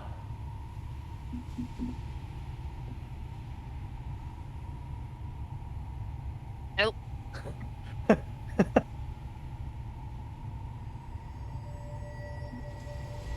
Oh, oops, I forgot the one. Sitting me, so 600 miles. No, it's 1,600 miles. Yeah, okay, so this is you go. estimatedly roundabout. Okay. Okay. Okay. Yeah. That's no big And deal.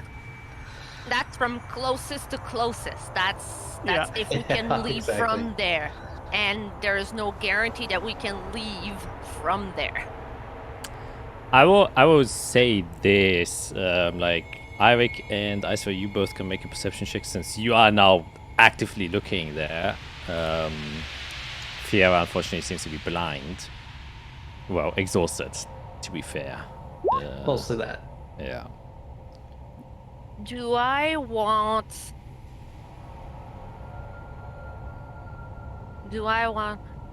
to see the same thing Eirik sees? You can try to perceive something else. That's entirely up to you. But what I mean is, do I want to put my Eye of Sylvis on or not? Oh. Oh. So I can see on the same level as you.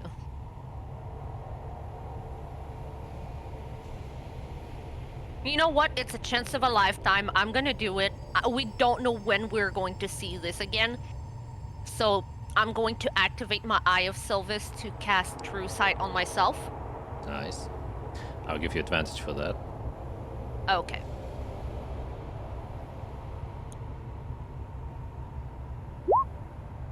$22. Alright. Now, normally, True Sight only has like a range of 120 feet. However, things work a little bit different here, since you are literally within the magic that allows you to see more. And so it kind of extends within whatever range you are. First, Eirik, as you're looking at the other side, like just the glimpse of the continent, obviously you're seeing like a literal satellite global view of this thing. But as far as you can tell, you know, it's like when you're looking from Google Maps on like a large piece of land, it's green and yellow, suggesting that there's like sand. It looks very similar to the landscape of Yeshimon and kind of just extends there. So in terms, it looks like a natural environment. It doesn't seem like in any way majorly shifted, rotted, corrupted, or like that. You see greenery, which suggests there's vegetation, grass, stuff like that. You see yellow stuff that suggests sand, so, that biomes exist there. We could assume from what we're seeing that as we look to our own continent and we look over there, maybe the temperature's different and the biomes are a little different, but it seems like they also seem to have weather and biomes and those kind of things. Exactly. So it's, you know, it's not, yeah, it's not like the entire continent went to shit and is dead. So that is definitely seems to be out of the case, unless that continent is also surrounded by a dome that's not projecting illusion. But at this point, being what you assume to be, you know, an astral root of the world tree, that isn't the case. So yeah, a normal land mass, and the same goes for any other land mass you're able to see around here. Israel, what you see, funnily enough, now, is for some reason your vision gets a little bit dimmer, a little bit darker, as you suddenly see a shadow that's been casted on the planet that you didn't see before. I'm like, okay, crazy. And that's immediately when you activate the True Sight. And as you try to see where this shadow is coming from, you can see what you didn't see before, only a silhouette of a other celestial body. Don't know if it's a moon, don't know if it's a planet, got no idea. That is just barely clipping over the sun, almost as if it's like creating an eclipse, and that's casting a shadow on the planet itself. And you didn't see that before, when you were just looking in the astral sea in general.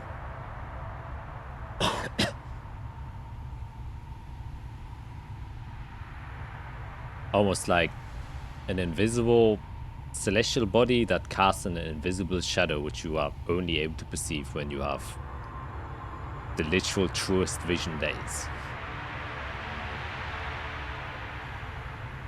I'm gonna describe that phenomenon to Eirik and Fiera.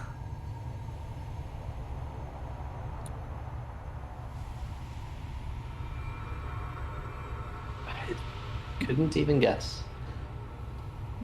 There's no reason to. They're just Shit's out here. Just, what are we gonna do about it?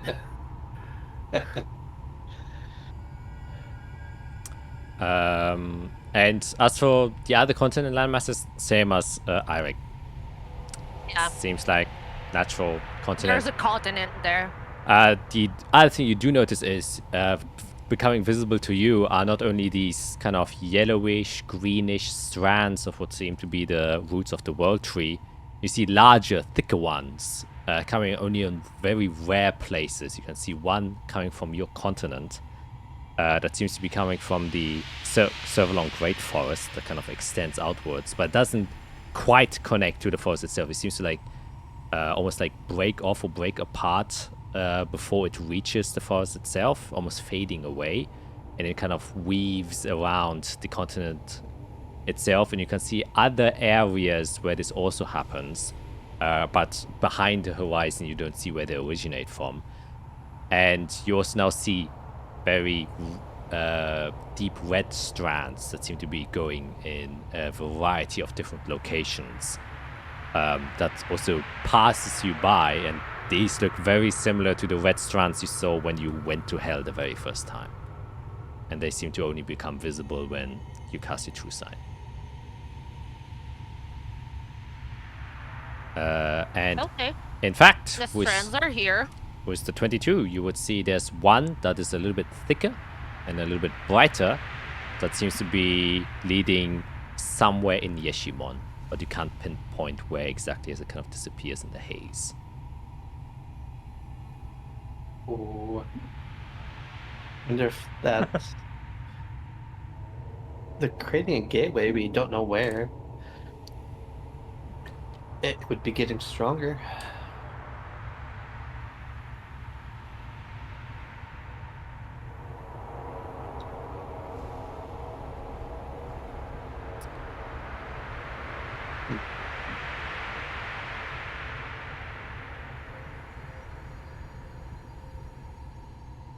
And then floating back, you now see Ilantrix.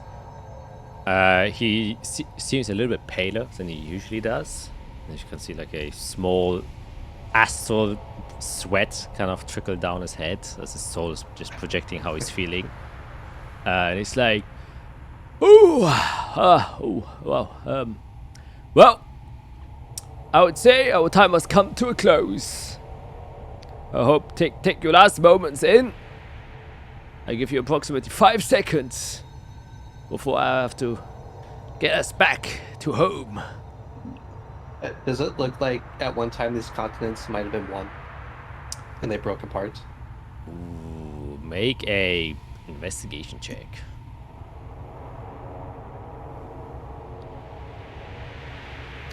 Why do I have to be so tired? 19. 19. It doesn't look like they would fit 1-to-1 towards each other. What if thousands of years passed? There'd be thousands of years of corrosion. Yeah, exactly. So in the case of eons, potentially, or the other thing that could have happened is that parts of it sunk, and so instead this isn't an ocean, it's a river in a global scale. In fact, on a 19, I will tell you one thing. As you look at Tellus, you see its terrain is very different from the rest of the others. And it's kind of It's like... lower, right? It's very much lower, to the point where it seems a bit unnatural. And you get the sense that, more likely, geographically speaking, Tellus at some point was actually submerged in the water.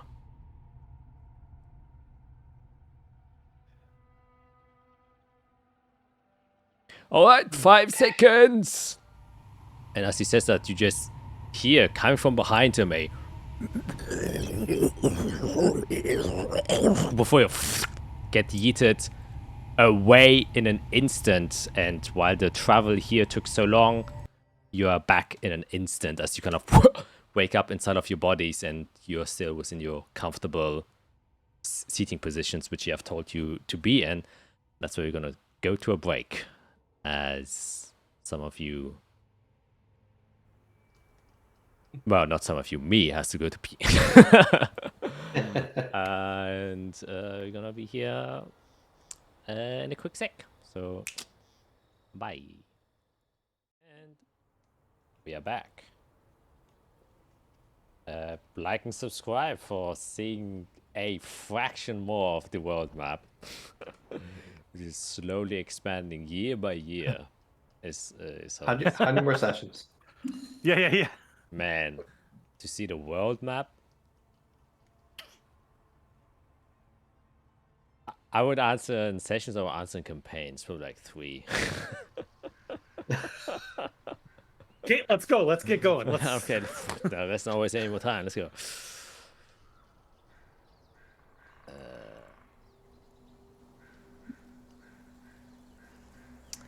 And yeah, well, Illentrix kind of stands up and he says, "Oh, well, thank you for going on to the right. Pleasant experience, pleasant. That Thanks for sharing. that was the second highest I've ever been. That's insane. Oh, I see. Plenty of travelers underneath here. Well, definitely should be a lot more safer now that the ice storm's gone. Oh, I think I have to make a couple of adjustments. I think I have to start mapping out the astral sea out there, which parts I can actually try and get to. Maybe we can branch out a little bit. That probably takes some time. Oh, it will. Oh, it will. And maybe it will also. Must say it was very impressive.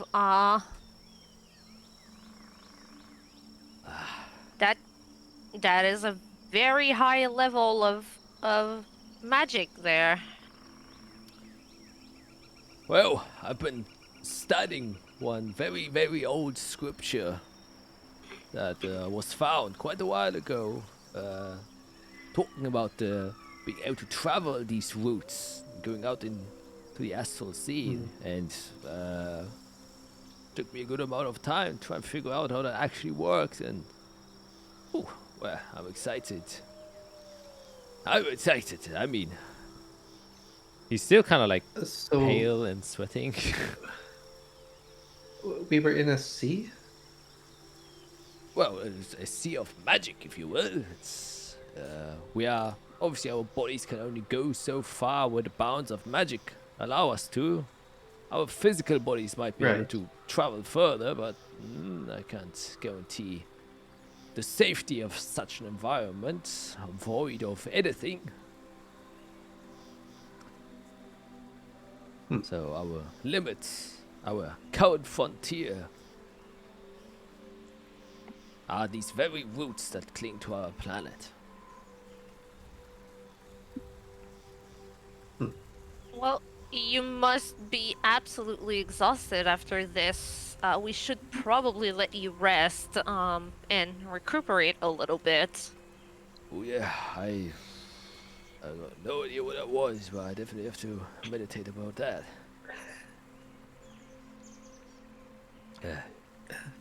Well, if you excuse me, I think I will have a cup of milk and then I'll go into my trance.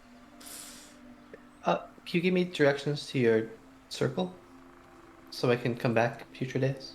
Oh yeah. It's the second chamber from the bottom of the doors. It's one of my side chambers. It's there's the teleportation circle.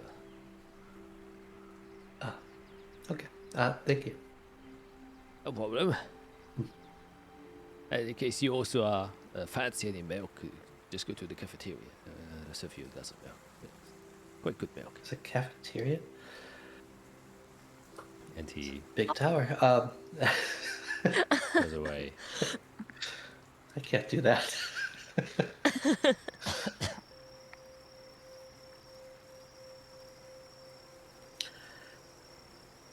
Oh, I'm curious, is there any... Are we able to get any sense of time passage? Like, does it feel like we were gone the amount of time that we were gone? Make a straight intelligence check.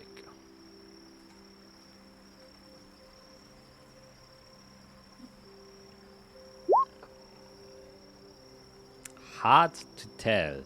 You're still overwhelmed by the experience itself, and so it's kind of hard to like reattune to just the physical world and then trying to see whether or not there's difference. Plus, you weren't along for an egregious amount of time where it would be, somewhat obvious. Since you were only like a couple of minutes up there, like maybe 10, 15 minutes or so.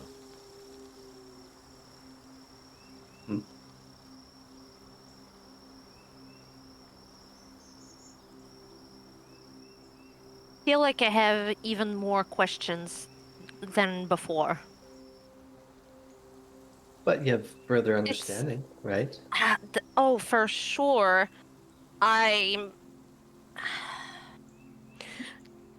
Eric, do you remember when we traveled to Hell? Like, it felt like we were... Yes, I absolutely remember that. It felt like we traveled on this, like, string thing. Yeah. Yeah. I saw many of those. And there's one in Yeshimon. And it seemed to be even thicker than the others. Is it one that goes back to Hell as well? I don't know. Is it going somewhere else? But there is some sort of gate somewhere in Yeshimon. Yeah. I mean, I can't say I'm surprised. I mean... Well, what connection do devils have to Yeshimon that we have so far? Fire. Fire, heat. Lots of fire. Yeah, lots of heat. The landscape is pretty similar to what we experienced in Hell. Just large open desert. Yeah. Yeah, I mean, it's I'm just guessing minus the red and... tint. Well, of course, but Yeshimon is just hot. It's expansive. It's rocky. It's sandy. It's just... It's like the little brother to Hell. Hell on Earth. Right.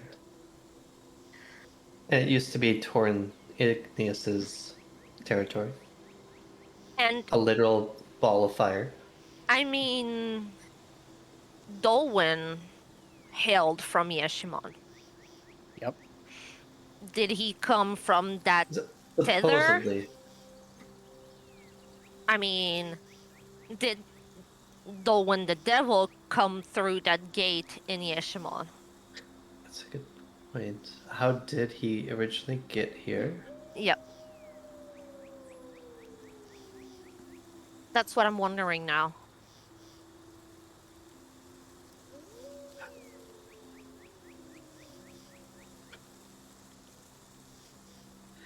Yeah, I mean, we have things to find out. The flame for those religious folk, where this gateway is.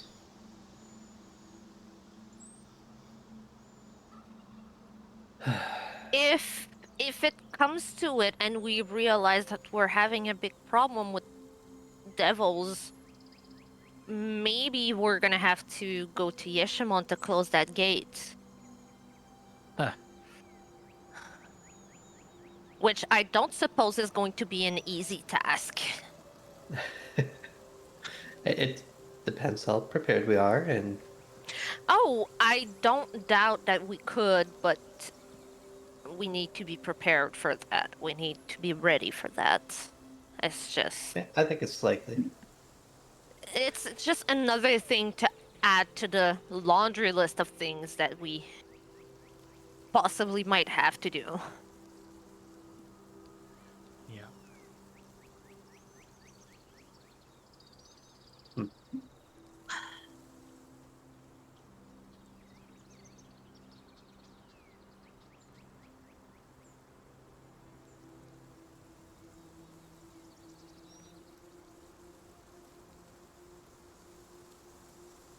Jeez. And we have... I'm looking, the moons for hell, I think we got all the information, right? Red was fire for the Selia? Does that sound right? Hold on. Uh, uh, uh, uh, uh, uh.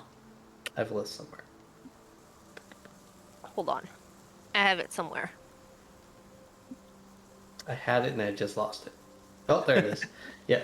So fire red for Disalio, ice light blue Esigia, lightning white Tessaria, earth brown Mondalis, water dark blue Eligio, nature dark lime green for Vivalia, wind mint green for Auroria, which makes sense.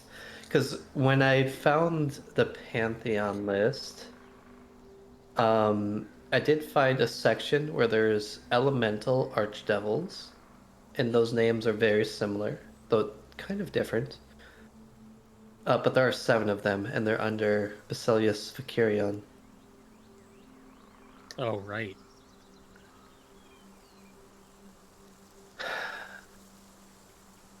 Oh, shit. It's just, the names are different, but they're kind of close. It could just be a pronunciation. Common's a little different than Infernal. So, Yeah, just a translation of ancient text or learning, you know?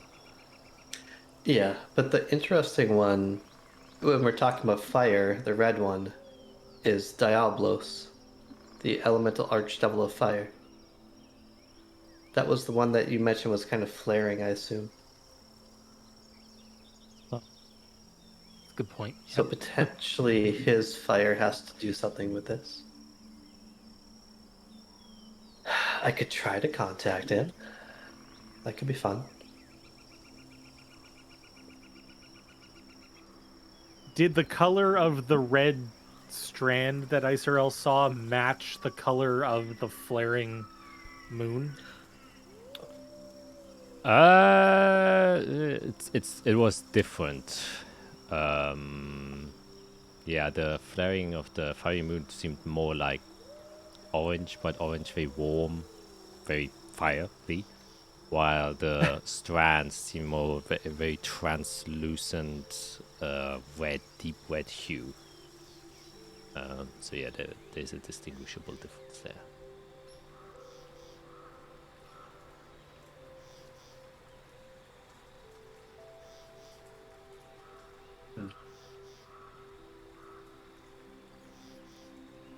Well, I guess what do we want to do for the rest of the day? I need to rest, but I want to research. Maybe cast some spells. Make sure I get the sigil here.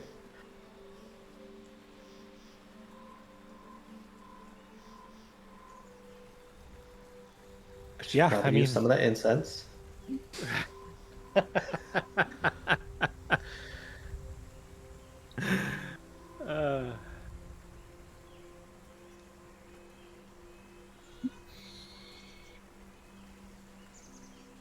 yeah, if we're here where there's an archive. Wait! Mhm. Uh-oh.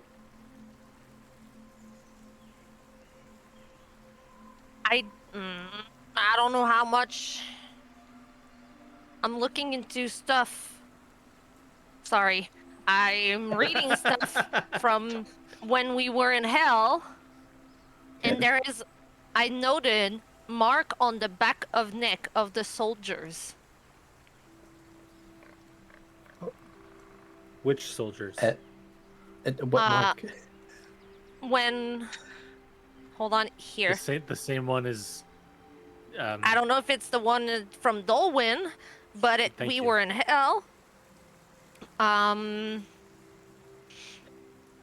the yeah, soldiers that we fought inside the big... The village.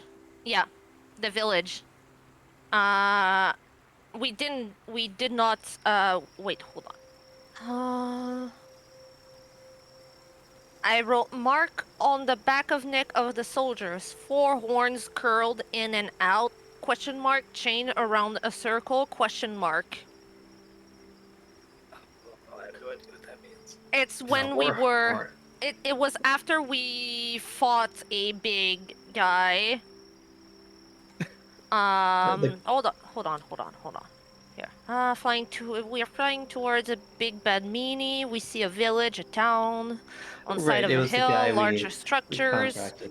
houses leading towards lava, not volcano, but seems small islands on top of the hill floating, somewhat going towards the spear, but more west. And then we fought a big Yeah, the devil guy. lava, yeah, devil guy. Yeah. Yeah. And some of Falcal's soldiers have a mark on their neck. Sorry, I'm looking for some stuff and I just came across that No, and no. I thought it was worth mentioning. It has nothing to do with what we're talking about, but sorry. We know there's factions there. It probably belongs to one, or Yeah. I don't know. Maybe they all have it.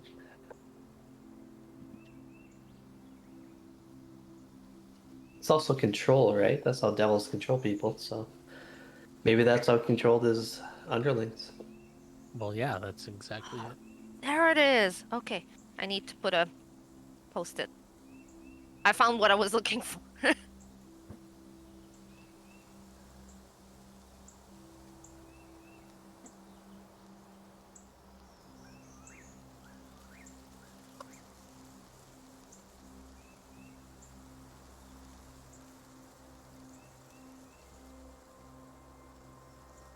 I don't even know where to begin if we decided to start researching stuff. Like, what? Well, it's essentially a day to yourself. What are you interested the most this day? What can help you tomorrow? We can't think too far ahead because we have to survive to get there.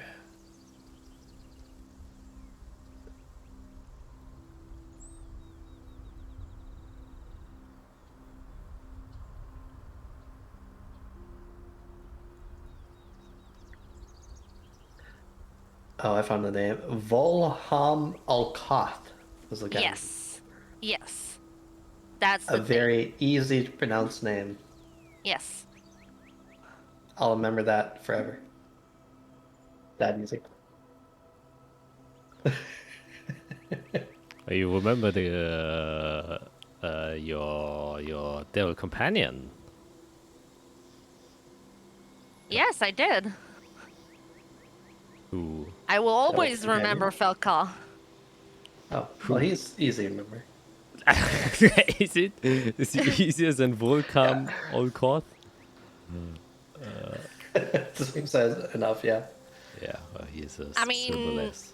we have an agreement in place, kind of, with Falcal, so Yeah. He's Oh, also gosh. terrible at fighting. yes. Yes. Yes. The one thing we've learned from him. Hey, that's why he wasn't officers. Yeah. But now he is sexy. I need help. Well, I'd like to get the circle, maybe hit the archive, and then do some magic. If anyone wants to join me there, you're welcome to.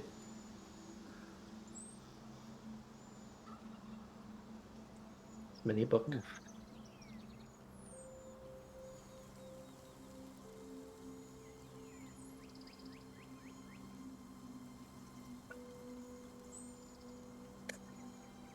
Also, proof.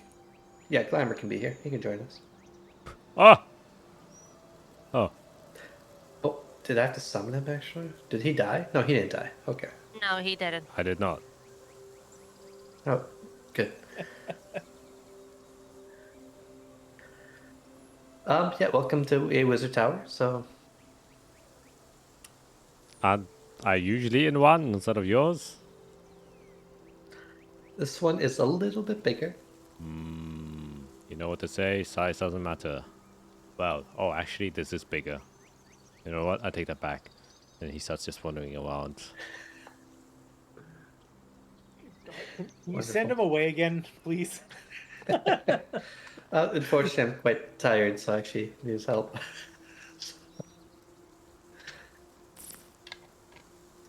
Yeah, I guess I'll wander my way to the... I'll try to find the teleport place that I have no idea how to find, even with his directions, because I've never been in this tower before. And it's gigantic. It is pretty big. So, I guess, what are y'all's goal? Well, deeds that you wish to do for the day? Because it's still quite early. Like, it's like afternoon now, 1 p.m.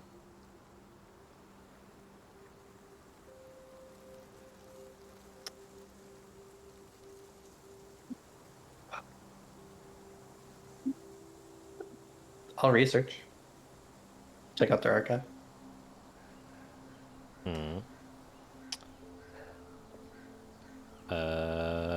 Then, I guess you're locked in. You already know what you're gonna do. It's more up to Eirik and Isra. Do you need time to decide what you want to do? Then we'll just go forward with Fiona. Yeah, she can go. I can take all sessions. So. I have that know. much stuff. I know. All right. Then. Okay. So you sent me your legend lore list. I see. Then, yeah. What do you do? Yeah, so first I'll hit the archive up since they have planar stuff. I want to learn the basics of planes and planets in our system. What are they? How do they work? Are they all planets? Are they are they in different I don't know. I want to learn the basics to start with. All right. How many hours do you wish spending to research that? Oh god. Is this something Glamour can help me look up? Yeah, definitely. Can he like give me the help action? Okay. Yeah, he can search. Then I shouldn't need too long. A solid 4 hours because I want it to sink in. All right. Investigation check. What is it? Advantage.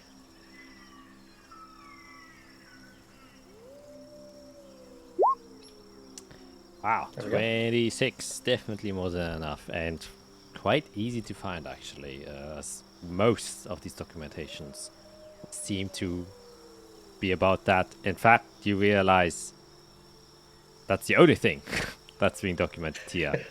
Yes, so I start at book 1 on Planes 101, and I'm gonna work my way up. Yeah, and then you end up at Planes 1100, and you're like, oh wow, that's all the collection they have here.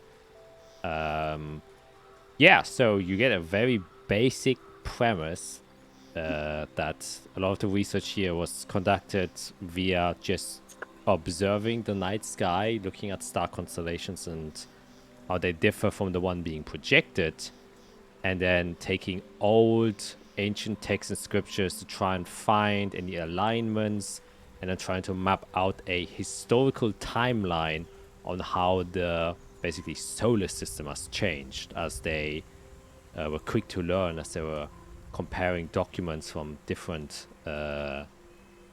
epochs of time, that they vary quite heavily.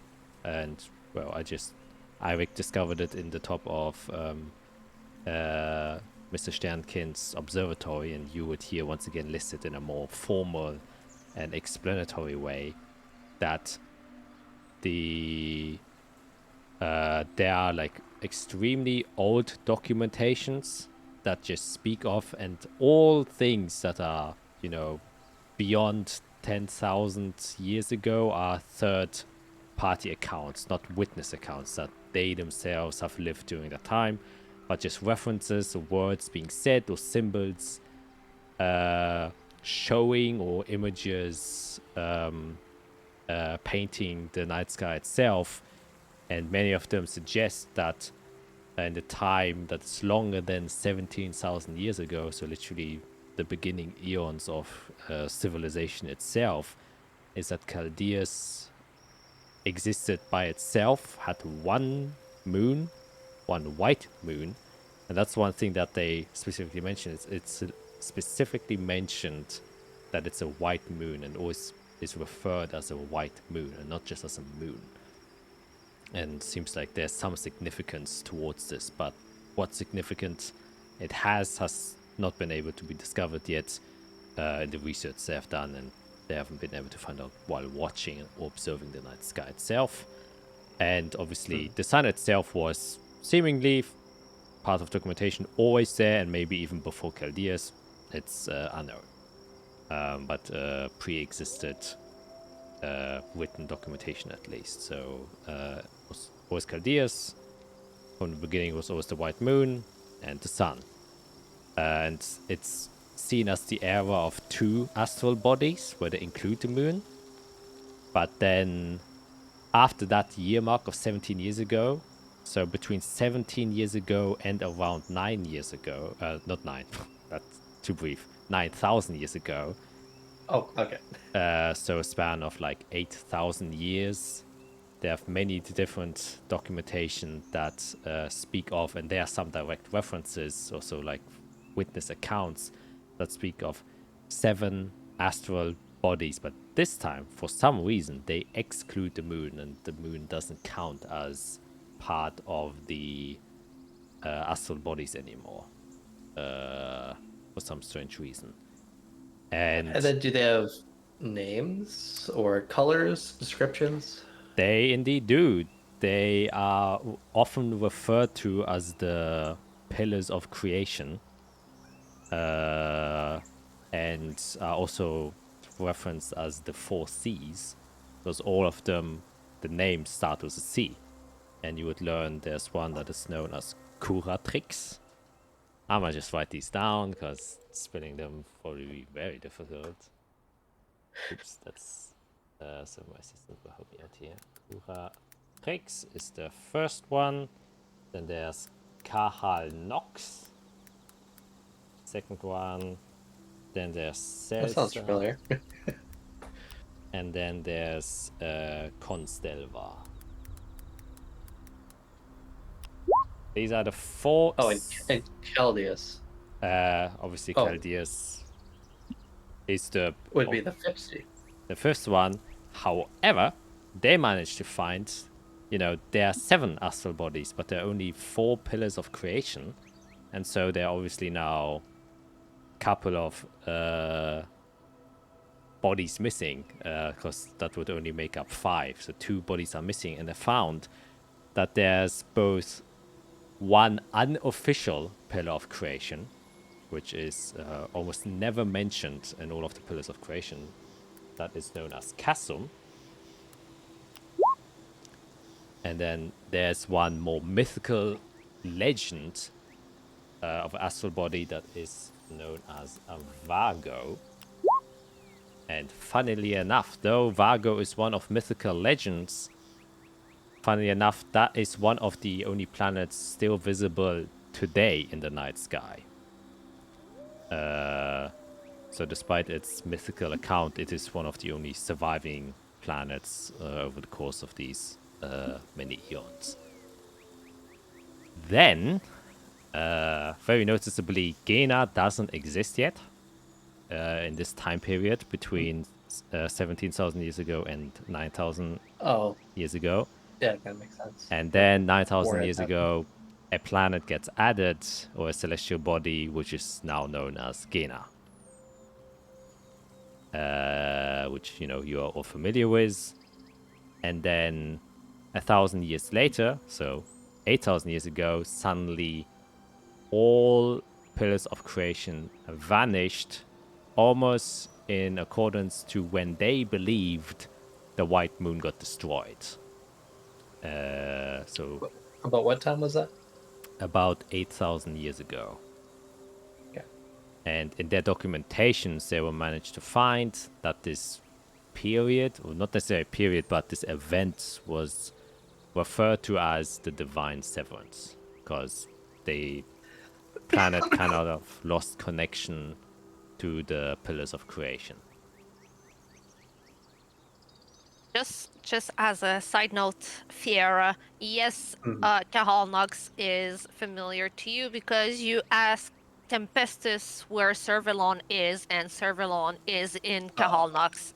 I have it written down right here.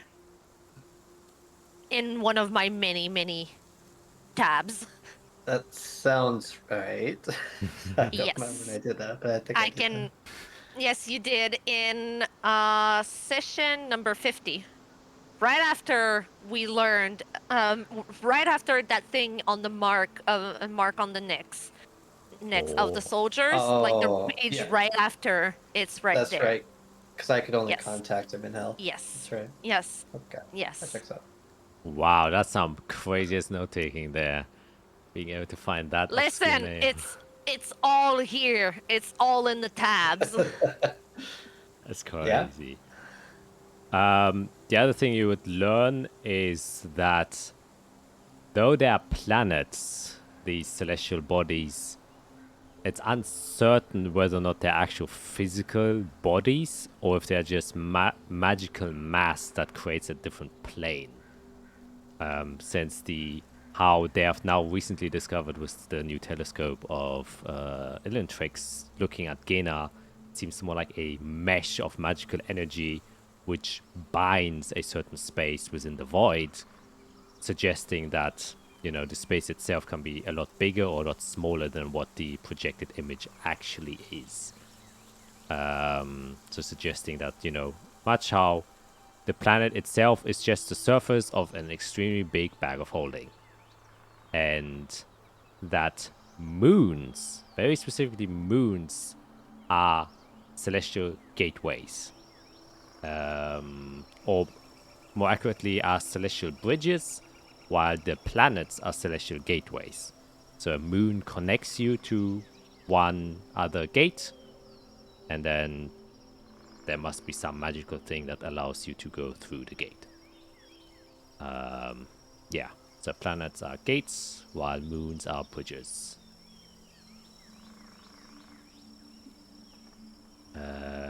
Yeah, and Interesting. I think that should conclude what you were looking for. Yeah, for now. That's a good start. All right, now, how you guys? You found anything out yet that you wish to do?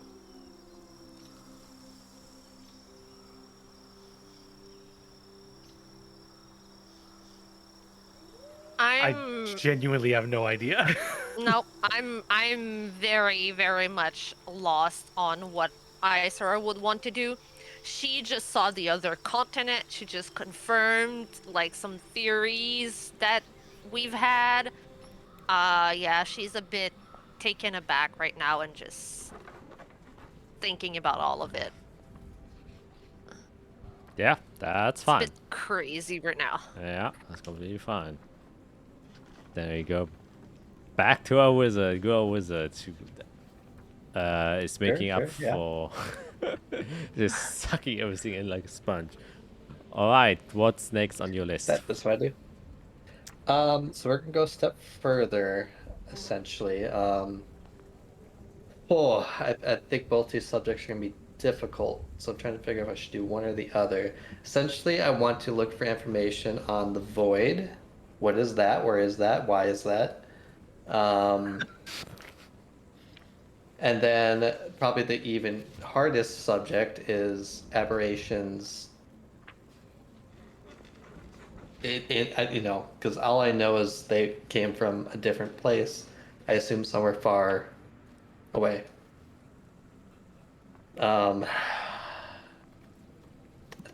Which one is more interesting? I think I'll do aberrations first, just because I assume they're in like deep space somewhere. I don't know if they have their own planet or if they're just black in space. I want to see if there's any notations in this archive, and I'll probably spend, let's say, 6 hours, see if I find anything. All right, I would basically conclude your day then, because it would then be midnight. Yeah, I guess the rest of the day just All right, yeah, then. looking up the impossible. All right, 6 hours.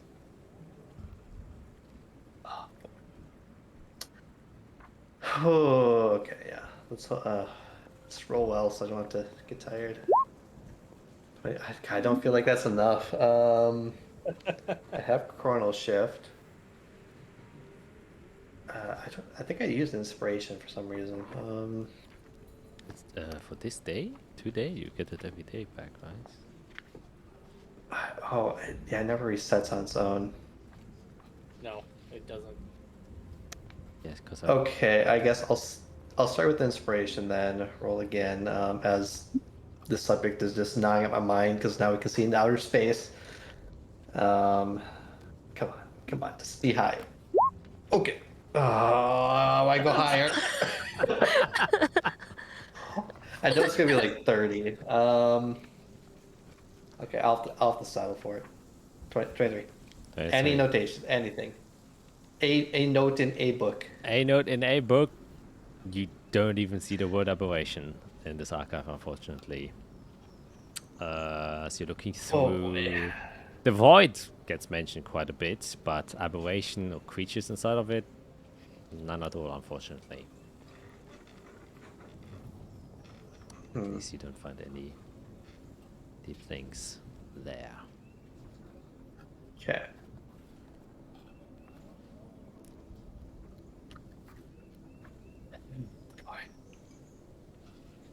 Okay, well then, yeah, depending on what the other two do, to read to our room eventually. I'll eventually end it with a contact other plane. A just casual. depending what they do. A casual. I mean, at this point, I have to. All right. I gotta think of that one though. Just to be a tease, the DC was 24. Oh no! No. No. All That's right. why you. That's mean. That is mean. That makes sense. Exhaustion. Yeah, the exhaustion Yeah, took it away from you. It's crazy. And also as for reference, for just the people who's watching, I forgot to mention what they went through was the astral projection, which is a 9th level spell. For the mechanical inclined people. 9. Yeah, 9. So, as well, you can also just choose to relax a day. You kind of went through a lot. When he left the observatory to go get his milk after we came back from space, we were left up in the observatory alone, right? Yeah. So, for a little bit of time, once Fiera left and everything, I want to go and do a double check of like all the papers and stuff that I saw now that he's not there. I want to like kind of really deep dive into some of this information to see if I can see more of what I was looking for. I want to see if he's got like I said before, names, but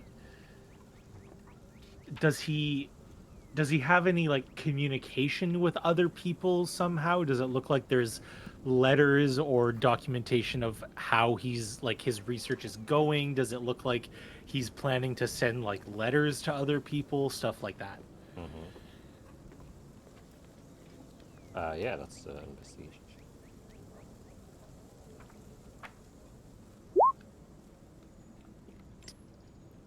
It's 12. On the 20. Oh, inspiration. Oh, yeah. So you also got it. You're human. Use it. I'm gonna go +5 on that because Wow. I'm really interested in this. You do actually find something, which isn't like a, user manual note or something that you were looking before, but you do find a name, and it seems to be like a letter that he wrote to somebody, and you can see numerous letters that have been kind of piled together that seem to have been a conversation he had with somebody. And it seems a little bit older, just because, why send letters if you have sending, literally? Or you also guess maybe he just wrote down each sending so he can archive the letters themselves. And they just talk about the current construction of the thing. You can see how he mentions in several phrases of like what materials he needs, and how he has to find arcane fluidic material components to be able to project images he needs like a variety of different lenses that are arcane in tunes, so they can kind of actually focus on the magical weave instead of just the photon lengths of light. A lot of mentions of the mechanical aspects of the device itself, and then also parts of the machinery where he seemed to have gotten the Elenite sphere as a part of the donation from the IMRD, which is the arcane technological organization in Azathia, and more specifically, he is writing with the owner of it, which is Lendrix Sternkind, who has a very similar name, and may be a relative to Illentrix Sternenkind. The only difference in their name is that Sternkind means star child, and Sternenkind means plural star, star's child. Can you write that down? Yes, of course I can. My assistant will do that. Yeah, and they seem to have, or that seemed to have been a main contact that he still seems to be keeping quite close. Since there don't seem to be any other letters from anyone else that he actually takes the effort to write down. And you can see different discovery notes about the flowing moons, about the change in the solar system over the ages, and obviously the construction of this, and he often asks for help and stuff like that, and then in written form he gets a response, which most people probably wouldn't understand, but you do. You can see how the letter from Lendrix gives like specific cable positions and how they have to be attached to which component of parts of the machinery. So this Lendrix Jenkins seems to be very well versed in arcane technology. Cool. Knowing that, I would then take his name and go down to the archive and look up him. I'd spend 4 hours trying to dive in and see if I can find any information about him and what his connection to the IMRD might be. Yeah. Make an investigation check. How many hours? 4. Oh,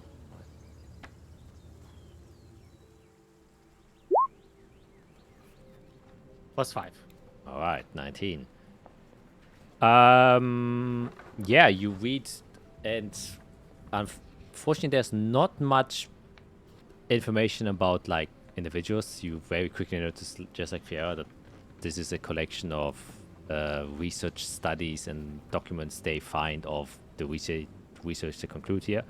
However, you do find a section about the mechanisms of this device. It seems like he actually did take the effort to note it down, so in case anyone wants to replicate it, he has like blueprints for it, which are very badly drawn out, and anyone with engineering expertise such as yourself is like, this is a really bad blueprint with so many mistakes. You see things that have been crossed out and not properly erased, and then the measurements aren't quite exact to what the original is and stuff like that, so it seems like a child drew it, quite literally. But you see then the mention of Lendrix Sternkind, and kind of also like a small biography, as he's being credited as being one of the main contributors and helpers who allowed this to be crafted in the first place. Seems to be a drow on the more younger end of drow, so in a similar age range as Icewell, and seeing the date where he was born, you estimate he's now around 132 years old. And that he is the head of the Institution for Magical Research and Development, and that the IMRD, which is the Institution for Magical Research and Development, is, you know, a highly sought after organization by the high society to develop tech that usually helps with commerce and trade, such as improved chips and better packaging for goods, and how this is a special listed thing inquired by Illentrix, so a personal commission which he asked Illentrix to do for him. But that's when the page ends and no more information gets shared.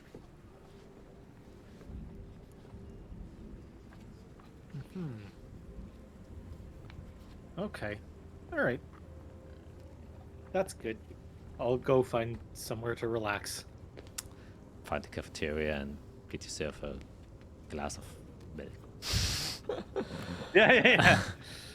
All right. It's the only drink they have there. Yeah, it is. They have like 5 dispensers, but they only dispense milk. And it's only goat's milk as well. Anyways, Iceral. Yes. Because we are in a place that seems to like the sky and the stars and those type of things, ISRL sees the opportunity to make some research on the different moons that are around Hell.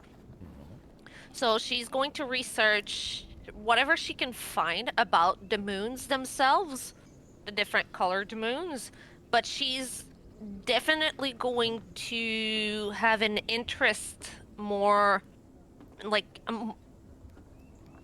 gravitate more towards anything involving Vivalia. Yeah. All right. Yeah. How many hours do you wish to spend on that? The entire day. The entire day. Okay, so So like it would be what, like 9, 10 hours, 12? yeah, like 12 hours. 12? Yeah. I'll spend the entire 12 hours on the, let's say I'll spend, she's going to spend 6 hours more specifically on all the moons, and then 6 hours really like diving deep into Vivalia itself. Yeah. All right. Yeah, then roll an investigation check. Okay. Investigation, not intimidation. I'm gonna yell at the books to give me their secrets.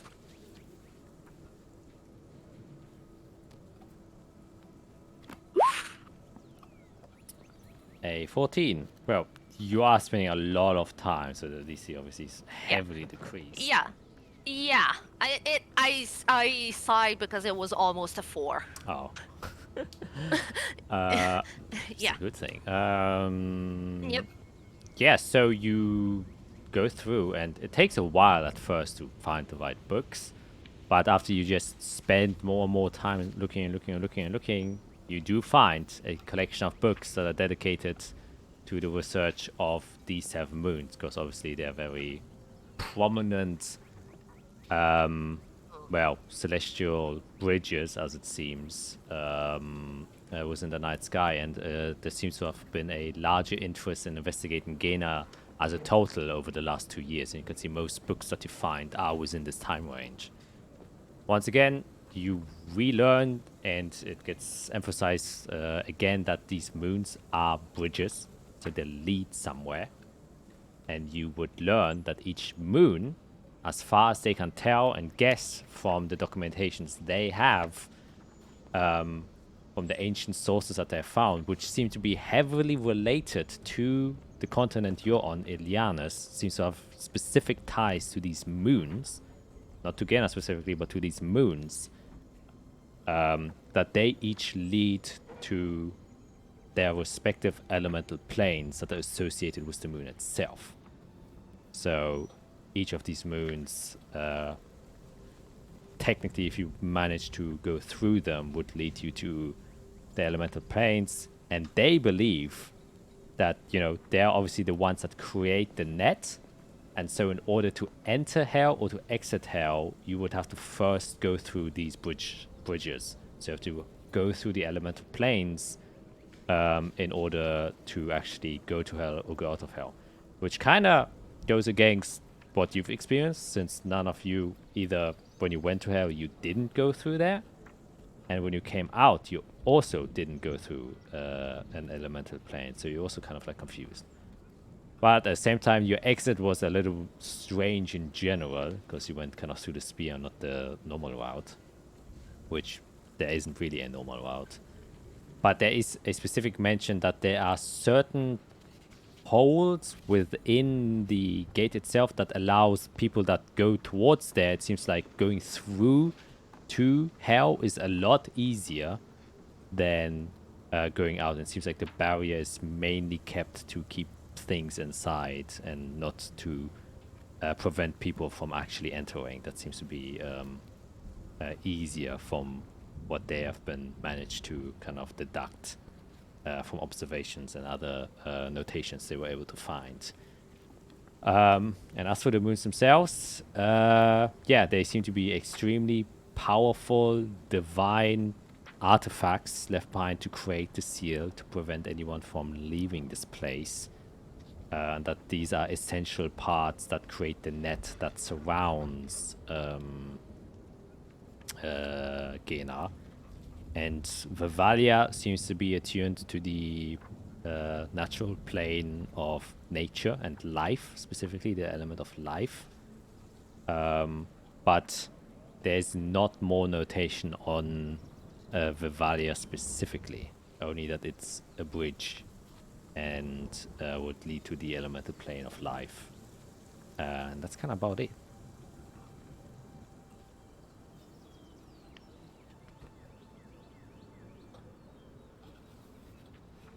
And then I would probably go find my friends or, end the day relaxing somewhere before going to bed. Maybe try to find my dad. Yeah. My dad is here, like he's probably somewhere here, like probably go chit-chat with my dad at some point. Yeah. I love how Completely that's forgot just an my- afterthought. You're like, oh, my dad. I just remembered my dad is here. Wait, hold on. I should probably go see him and tell him, hey, I'm alive. Well, you did speak to him this morning, so it's not Yeah, like... I did say like, hey, speak to you soon. Peace out.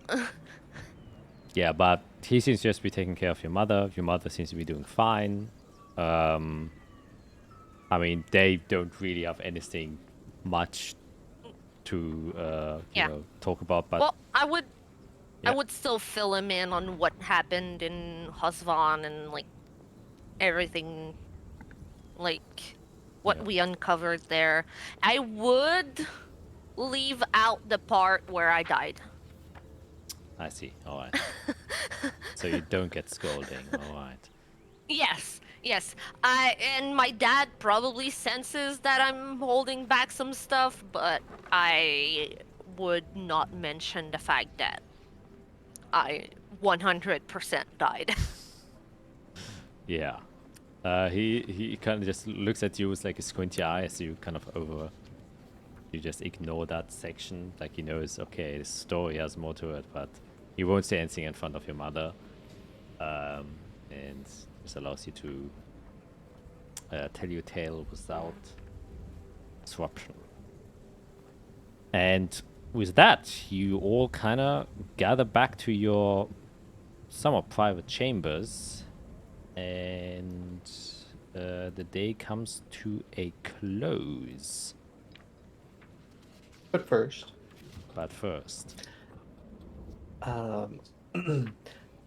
so did we want to learn a bit more about what's going on in Hell? Sorry, Gaina. I guess I shouldn't call it Hell anymore.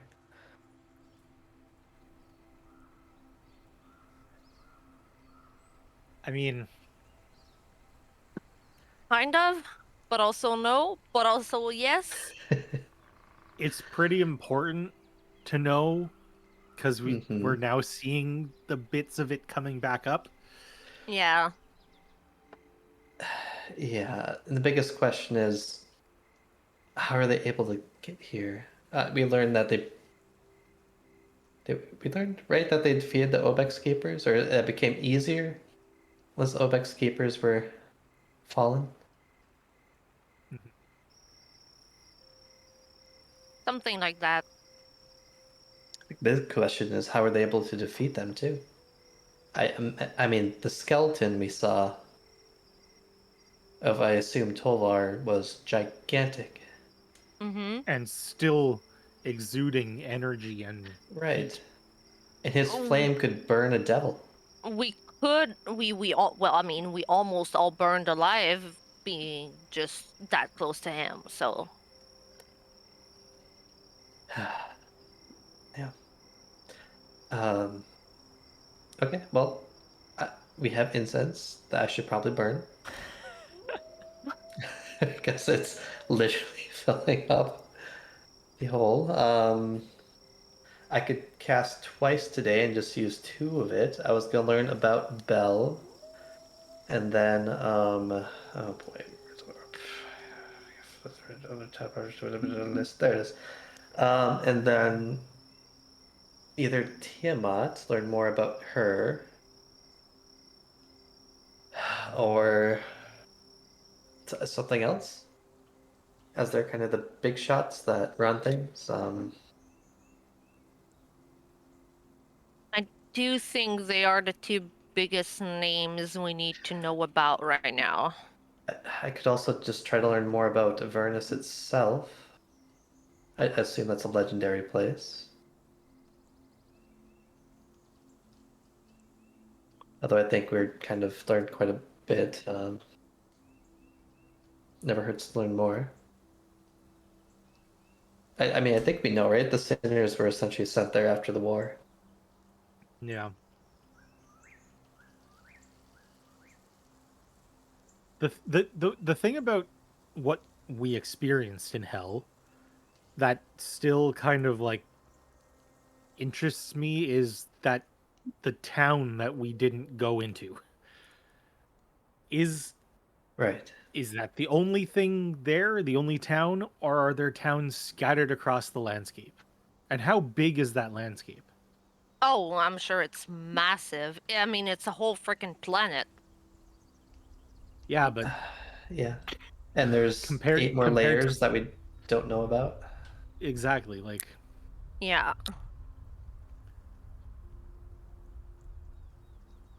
I'm sure we've seen only a fraction of it. oh, no question. Like I'm not saying that we, saw a lot, but that's what's causing my interest is there was real sign of like existence there. Almost civilization. Yeah. Right. And I really don't think it's all based on devils and demons. Something tells me that civility lives there. I mean, it would have to, because I don't think they're allowed to die. I think the only thing we know is that there's a lot of fighting, but there's also survival. They can be blighted, so fighting demons, just like we are. They have their own society.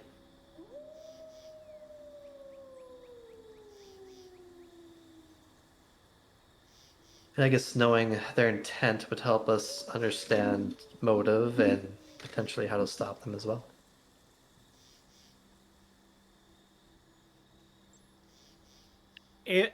Well, okay, actually, if we do dive back into figuring out information about hell, I think the best information that we might be able to gather from any weird magic thing that you might be able to do is how to get out of it again.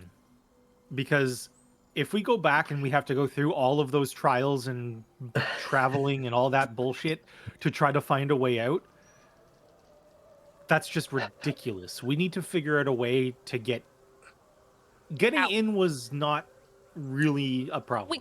We can just go back to the bridge and be like, hey, we'll just touch the pair and go back to hell. Goodbye, But we need the to figure out more about the getting out Yeah. part. I mean, I have an idea. I've done was work on different spells that I potentially can figure it out. I mean, I assume it's just like a higher level teleportation. You just have to have the right component, the right knowledge. Yeah, but that's what I mean. Like, do you know what that component in knowledge is? We should figure that out. I mean, it takes practice, time, knowledge, research. Yeah, that's something worth looking into. That's my piece. That's what I'm saying. We don't go back unless we have at least researched how to return. We know how. I We think need that's to fair. know how to come back before we go.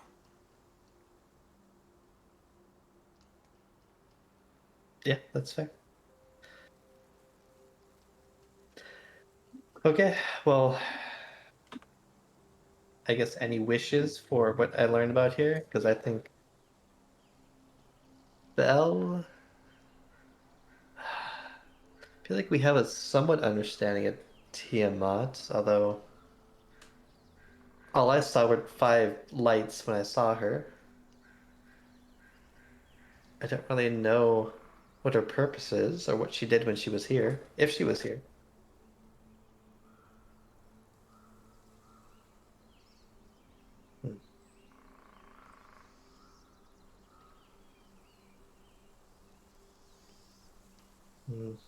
Guess how big of a priority. All I know is everybody I've talked to says keep her slumbering. Yeah, that makes sense. Guessing she's angry.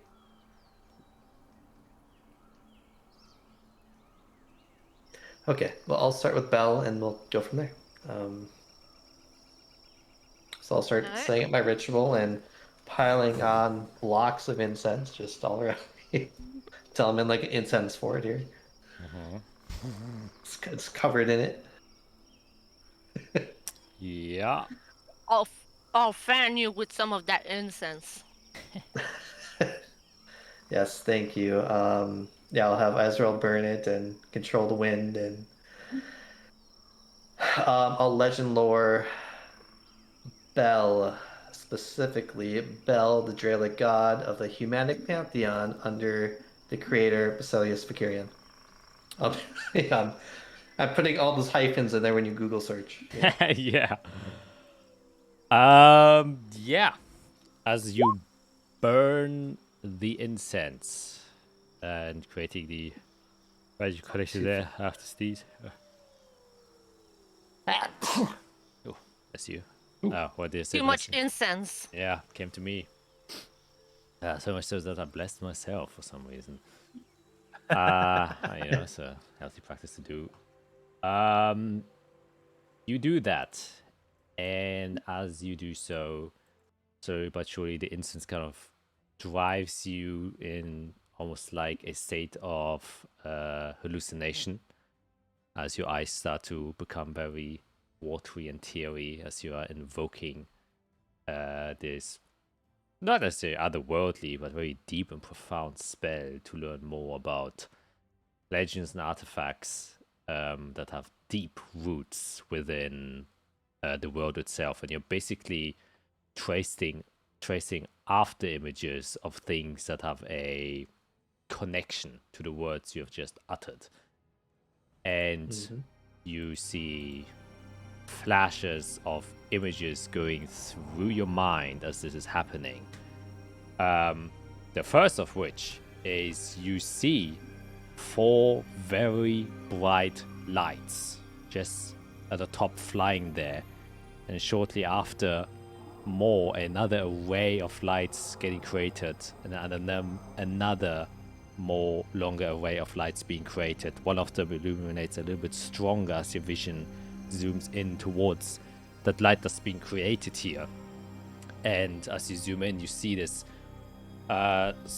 somewhat draconic but humanoidish form. There's a very large entity that has, just 2 arms, a torso, and 2 kind of dragon-like legs, but has like 4 horns curling out of its head towards its back, but a very dragon-like snout. And as he's like kind of glowing there, you can see that the lights around him kind of also just spark and illuminate as his body gets adorned in armor, and he looks like a soldier, an officer, a marshal maybe even, as he gets put down to the ground, where you can see he's surrounded by thousands, hundreds of thousands of humanoidish creatures that look very much like primordial humans. They have 3 crooked horns coming from everywhere, and they are wearing very bright white armor and seem to be listening to his deeds as he kind of ushers them to a war, and they run out, and you see himself fight against strange creatures. They are battling a war, what you can for the best ascertain as demonic entities, to a magnitude that you can't even fathom. And he's sending these primordial humans to their deaths as they fight these things, ushering in a war that takes many, many of years. And you then know his purpose was to lead these primordial humans against a war, to a war against demonkind, and they were fighting.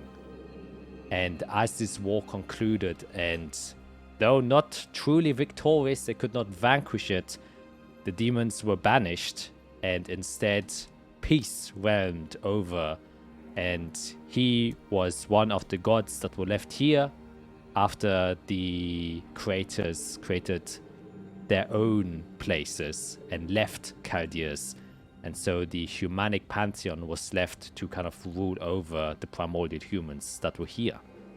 And so many thousands of years would go by, he as a just ruler in a small kingdom of himself, with many other humanic gods that rule their own sections of different countries on this planet. But you feel dissatisfaction. You feel a sense for more, a sense for revelation, as he gets confronted suddenly by one primordial humanoid. Once again, 3 crooked horns, but very long flowing hair coming out, a very notorious hole within the chest, and flowing robes. You can see a spark in the eyes that ignites a spark within Belle's eyes. A certain fire gets ignited inside of him, a yearning for more, a yearning for understanding and knowledge that he's being barred from, kept away from. And so once again he raises his blades amongst once again a crowd of soldiers he fought with in a war to free this country, but now he points it against the light that created him and starts to march into a war against the creators. And as he does so, this war extends for hundreds of years as he fights inside and for the primordial humans, betraying his own kind. But unfortunately, this war doesn't go in his favor, as he then gets shackled.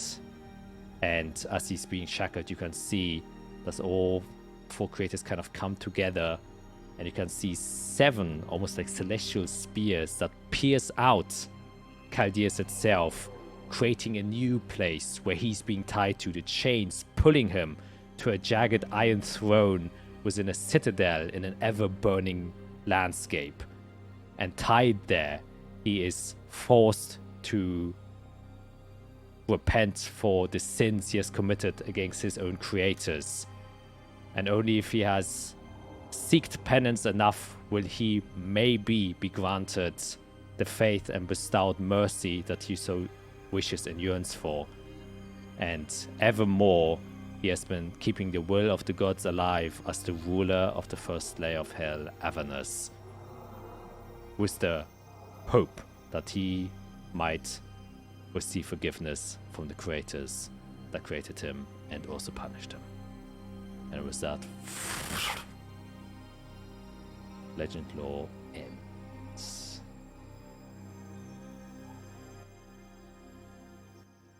I think maybe for the first time, you guys see as Fiera comes out of her trance, she starts to cry. Feeling for Belle's journey. And I begin to retell the story of someone who was so great that fell and is seeking forgiveness. And she feels for him.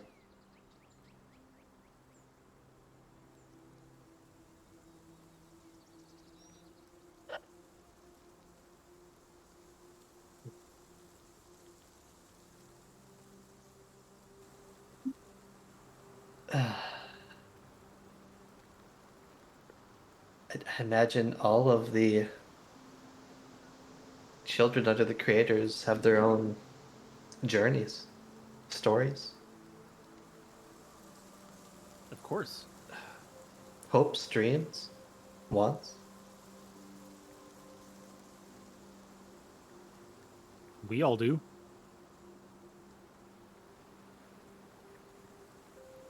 And they're imperfect as well, just like us. Tempted by power or by knowledge. They can fall.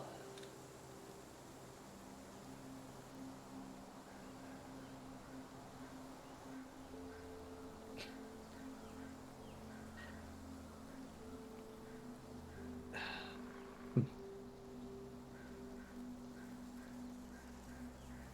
wonder if we can help him. Oh, one very important, distinctive piece of information that I forgot to mention at the very beginning. As you saw this lower array of lights that got created, you could see first small black dots rise up that then get turned into white lights. As he too was once primordial human. Huh. That is very important. Yeah, I forgot that.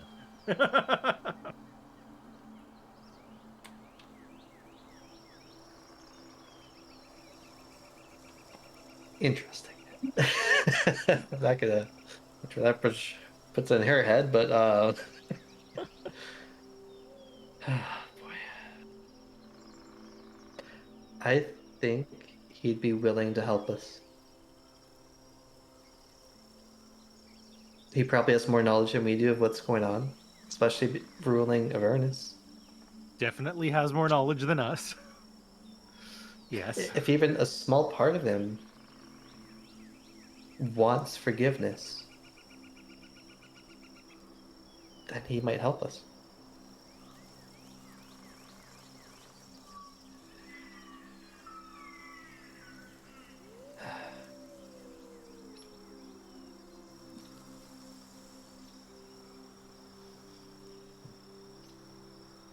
Did we see a citadel in Avernus? Do either of you remember? Yes. Yeah. Yeah. 100%. I remember the Yeah. sphere, but like a giant citadel? Am I being Am I- crazy? Yeah, we. Am I forgetting? That was a citadel.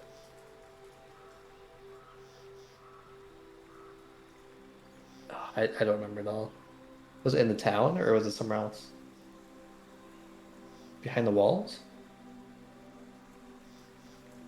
No, it was before the river.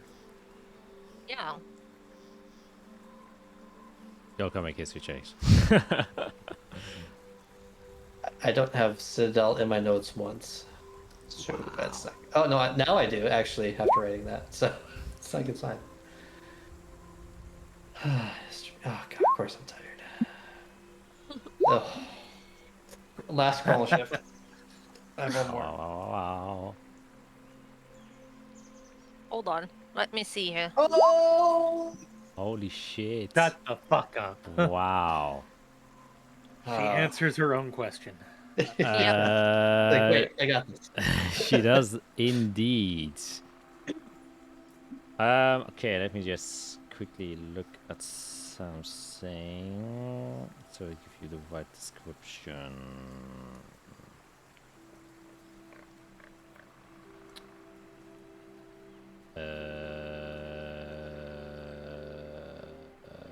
So first of all, yes, there was a citadel, and it was a floating one with big chains, kind of chaining it in the air so it doesn't float away. I don't. Yep. And it was behind the wall of atonement. Not in front So we of, so passed by it. behind the lake. But it was like a further ways away to the western side from where the gate actually was, where you passed through, and it was like, you know, quite high in the air itself.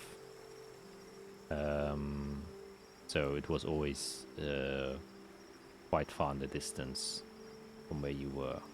So you never actually got close to it.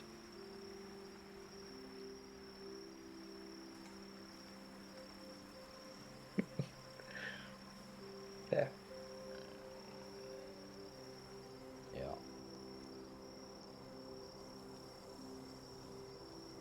Interesting. So let's just say I could get us to him. So we could talk in person. Because sending and contact other plane are so limited. Guess I would have to find a way to get us back. Yeah. Okay. Okay, I'll come up Don't with just something. do not just randomly send us to hell and then be like, Please. oh, I don't know how to get back. Oopsie. I would never do that. Well, that's okay. That's you know what? Hold on. I fear. Oh wow, I am smarter than that. I've learned my lessons. I would never cast a spell again without knowing exactly what's going to happen and how to undo it. Amazing.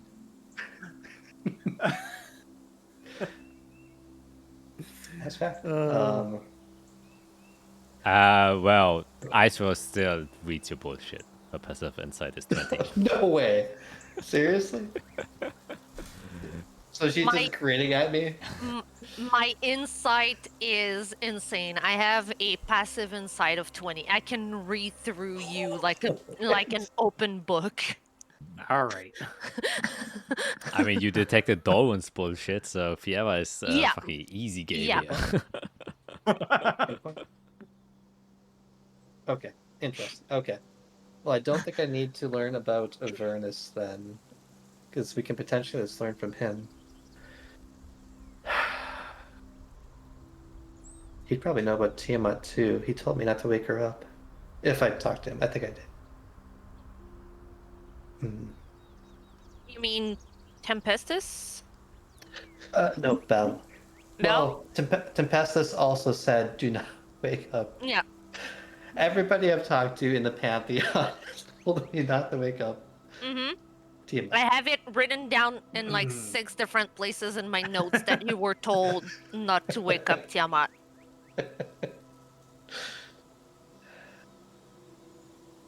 Okay, well, I might be selfish with my next legend lore then. Okay, I'm gonna prep it again. And unless you guys ask me, I'm not gonna tell you what I'm gonna look up. Wow. That's fine.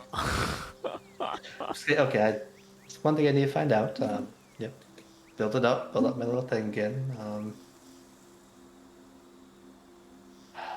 I just have to close the chapter on this book as I find my incense and delete 250. 150. So still have 2 more. Okay. I'm going to look up Melodor.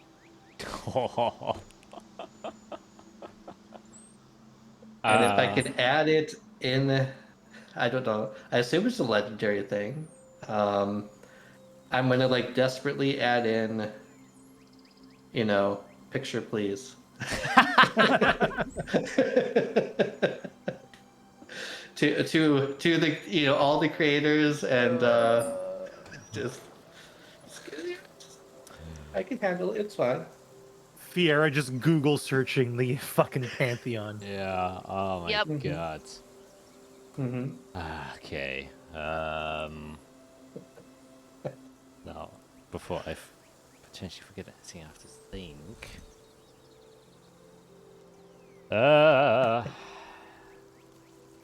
Block and block and block.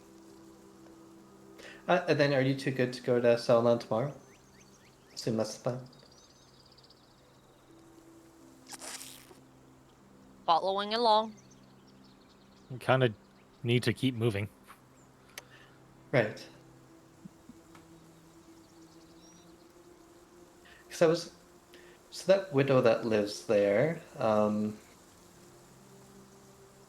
As this takes 10 minutes to cast, anyways. Yeah. Are you two okay with leaving her something? I've been thinking, it was a long time ago for me, but I remember bits. I feel like we could have saved that caravan.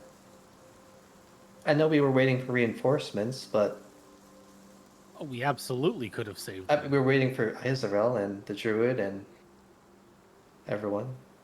But I think you and I, Eirik, with Jade, could have bought some time. If we fought alongside them.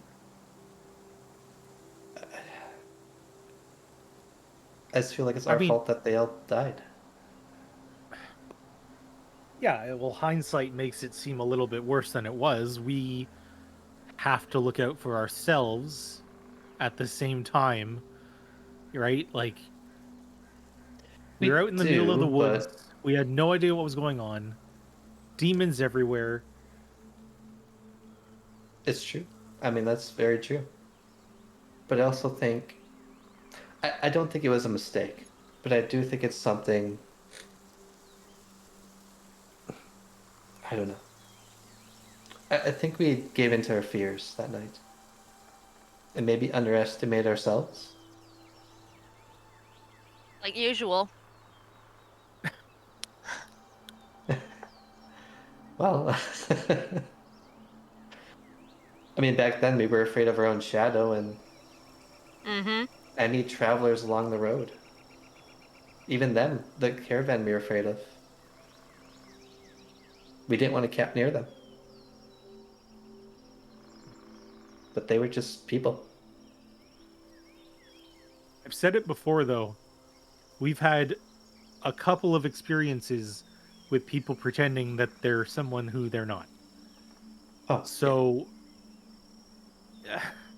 you know, forgive me for being a little weary of random people who come into our vicinity in the middle of nowhere. Right.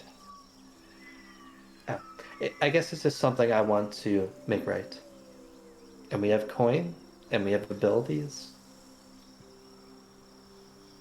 I just want to give her hope that she has 2 kids. She has daughters. I want to give them hope that there's going to be a future. And that we will do better. That we can do better. I'm in full agreement. I just don't want to pretend like what we did was 100% wrong. You know what I'm saying? I don't want to...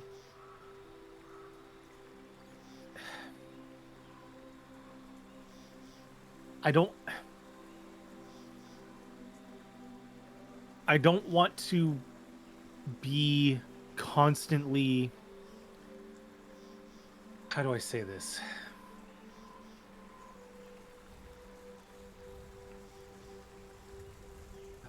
I don't want to be constant. I don't want to feel like we're constantly at fault for things that we did.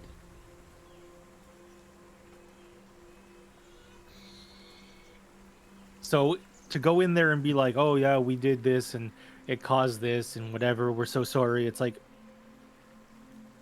yeah, but also no. Things happen. The world's big, as we have just seen. Right. It's a very small thing on the grand scales.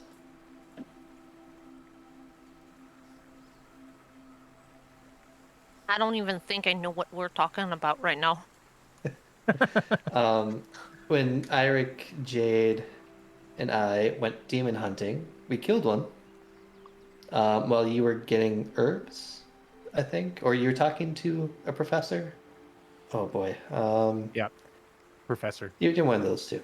You joined us later when we called for reinforcements because of the demon that killed Arya showed up. Oh, okay. That's why I have no idea what you guys are talking about. Yeah. I wasn't there. Okay. Yes. Okay. And then you got You showed kidnapped. up with... Yeah. Oh, and then I got kidnapped. Okay. You okay. showed up with reinforcements, we beat the demon, and then you got kidnapped, yes. Yep. Okay. Cool. All within a couple hours. Cool. Okay, that's why I'm so lost. that journey that we went on without you was to figure out what had happened to this caravan of individuals. Now, forgive me, I don't remember what they were tasked with moving or carrying or whatever. I just can't think of that right now. Oh boy, there's a lot. Yeah. But yeah, there was concern that something had gone wrong. We said, hey, we'll go take a look and see what happened.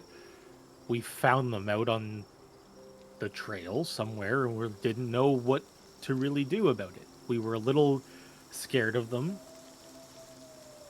We kind of like acted a little aggressive, but I guess more passive aggressive. Yeah, more or less. We didn't treat them perfectly, but we treated them as anybody in the middle of the woods would treat someone In the middle else. of the night. Yeah. But are they alive? No, Oh, They all died. that's the point. The Okay. demon that we warned them about got to them. got to them, Okay. So you, and I mean, after, yeah, I mean, you have your answer there. Yes, you acted brash and maybe treated them with a little bit of unkindness, but at the same time, you did warn them that there was a demon roaming around, and they still decided to leave your protection. So you're not responsible for their death. Like, let me tell you that right away. I mean, You're they not chose to responsible. travel. They chose to travel. They chose to leave protection, even if you were a little bit mean. Maybe, perhaps. I don't know. I wasn't there. But, I mean, their death is not on you guys. We can't be responsible for what people do. exactly. That's what I'm saying. We shouldn't go in saying that we were the reason that they died. But we can go in with the purpose of giving closure to the situation. Definitely. Yeah, I think that's a good purpose. Giving them closure, saying, hey, we did what we could. The situation made it so that, unfortunately, they're not going to come home. It's just bad circumstances.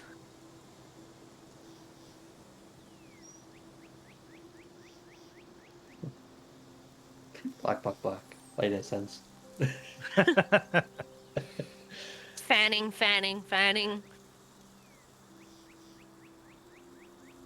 And at the end, I kind of like turn this block of incense in it, just so they can't see what I write, and just.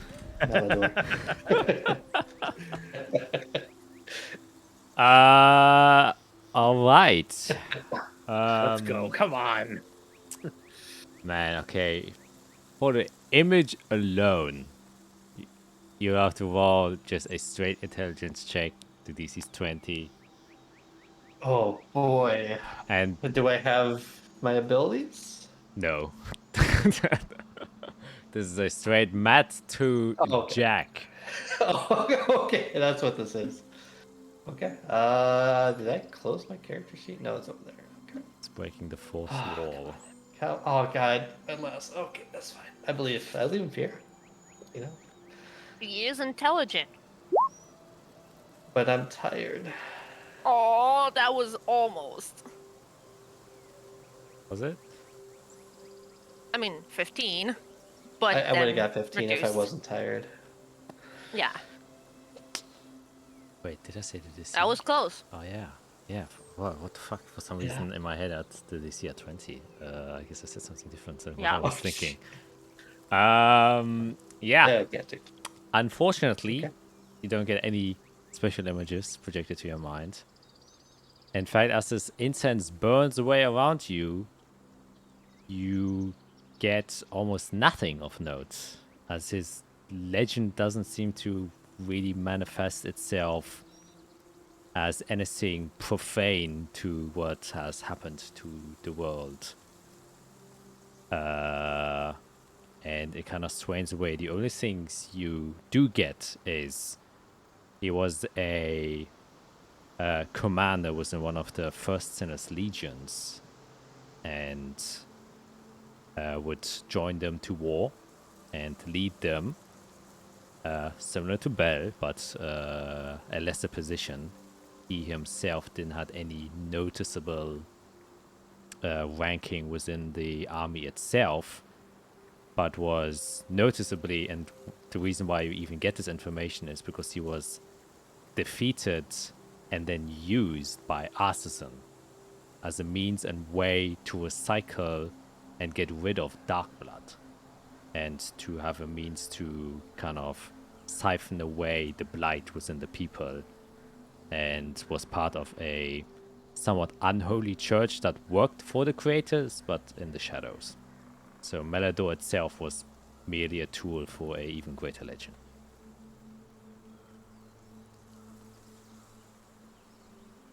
Oh, that is On not a expected. 13. On a 13. Interesting. Used by arson. Oh. Oh, maybe that's why he didn't want to explain what Melador was, because he was ashamed.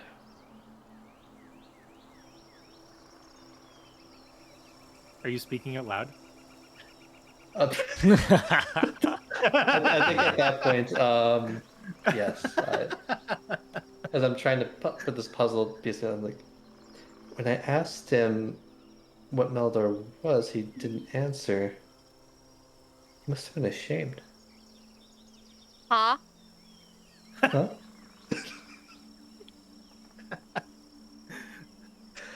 I'm just thinking. Mm-hmm.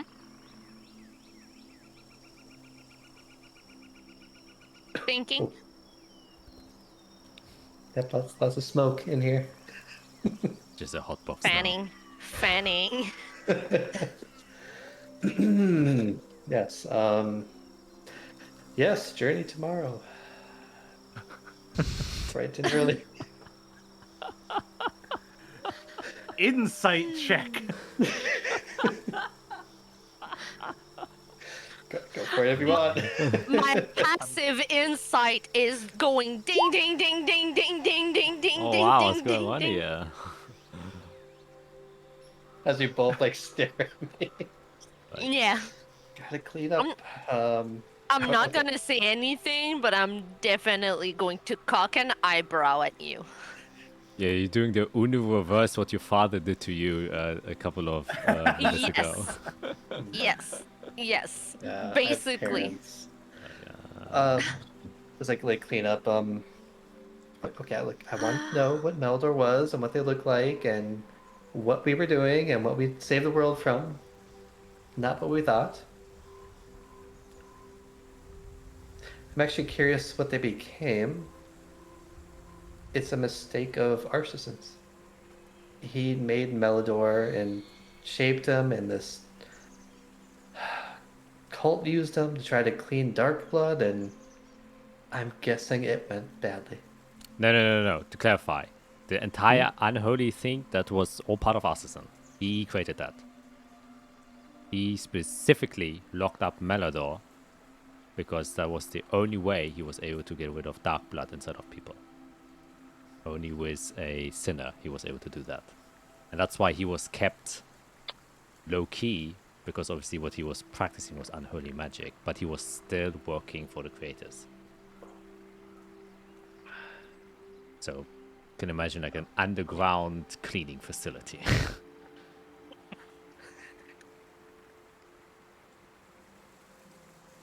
Interesting. Okay. Yeah, I'll pass along with it.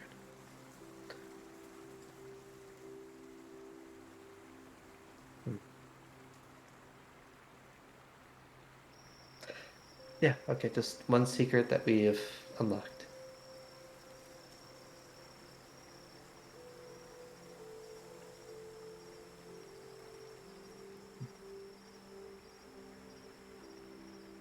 Yeah,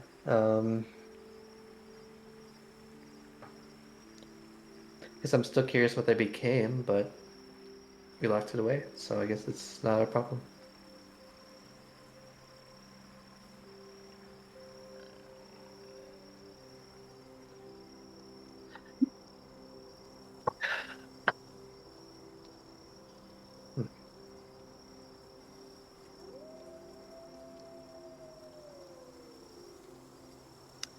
Yeah, I guess so. Tomorrow, Selma, I'll go find the widow, break the news, give her the effects I have.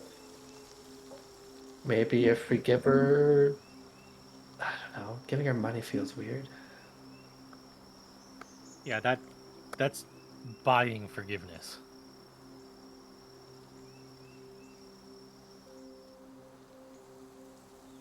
Yeah.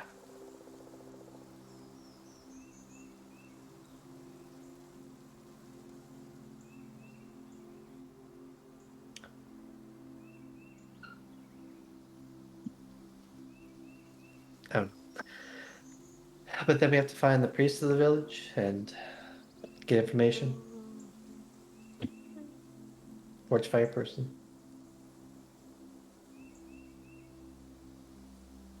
Could be a devil. I guess we need to be ready for that.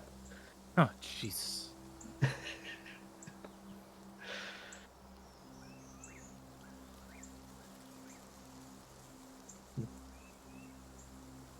Yeah, then I'll figure out how we can talk to Belle about all this and get back here. There's roots. That's interesting. I assume I'll have to make something, but I'll figure it out.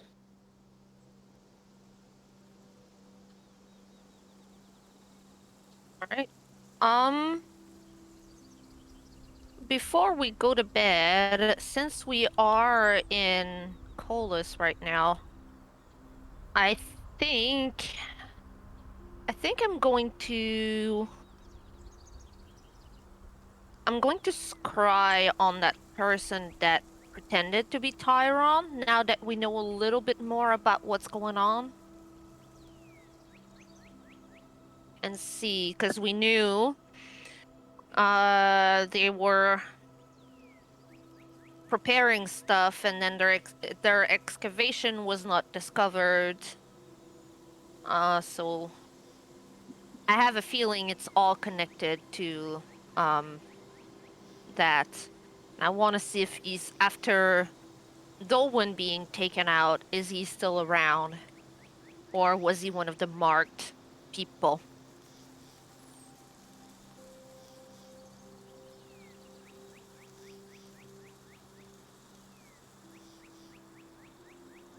All right. Yeah, so I'm going to scry on that person. I think it's flat. Is it flat DC? Because you only know him. It's wisdom. Yeah, it's going to be wisdom 18 because I have met the target, so it's 0, and then there's nothing else that would help. I don't have anything from them or anything that would help me in any way, shape, or form. All right. So as you begin cast and focus your energy within your little urn, where the waters will ripple again and the light that refracts starts to shape a different kind of image. And as you do so, unfortunately, it stays blurry before after a while it kind of simmers down and becomes flat again, as you feel that the creature managed to resist to be scried.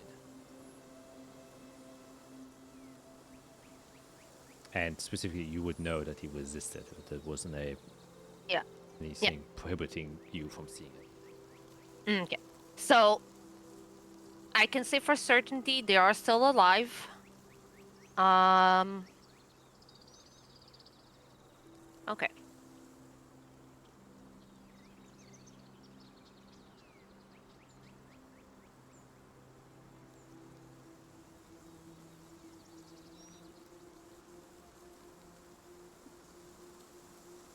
Okay.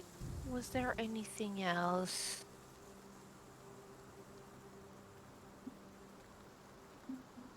You know what? Yeah. Just for the hell of it, just because I can. Can I?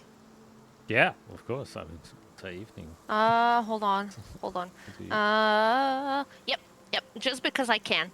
Just because I can and have it, and I have it prepared, I will send to that person a sending, and I'm just going to whisper in their ear, "I'm on to you."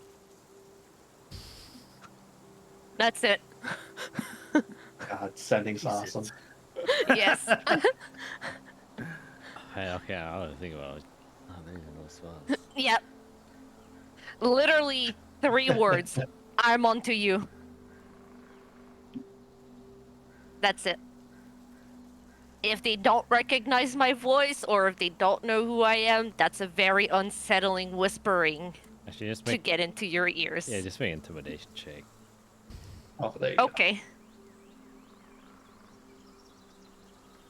Oh, it was almost a nat 20. That's still crazy It good. danced and then fell off. I mean, 18 is still pretty good. They're pretty good. I'm not mad about it. You get a response and a bit of a stutter. You hear like, Who is this? Oh, you do not know who you're messing with. Okay. You, Okay. you do not know who I am. You don't, you... Oh, it's got to be a big trouble. it cuts off.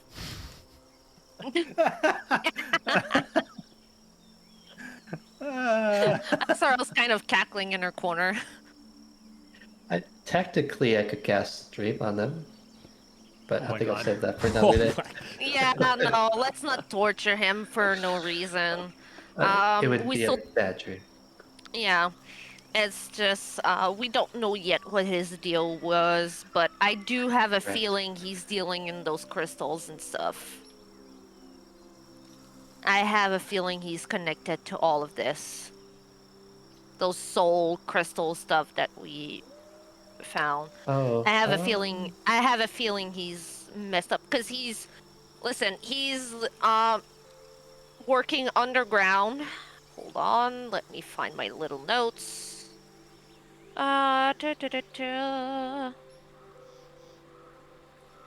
Where was it? Yep. Preparations are underway. Excavation was not discovered. Cannot be found. Breach underground. Connected to the mines. There is an outpost. So I have a feeling he's dealing with those. I have a feeling he's related to that. That's the hunch I have. Yeah.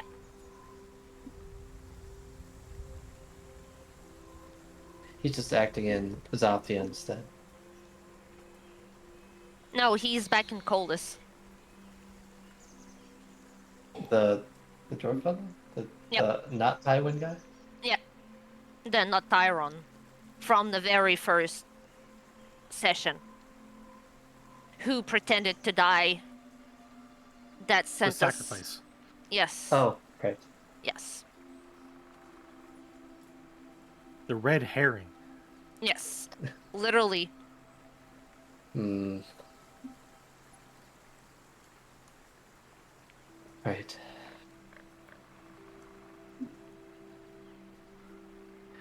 Okay, well, I have a Let's feeling rest up. he altered himself to look like Tyrone because the real Tyrone was found dead, well, and then he feigned his death to get out of there.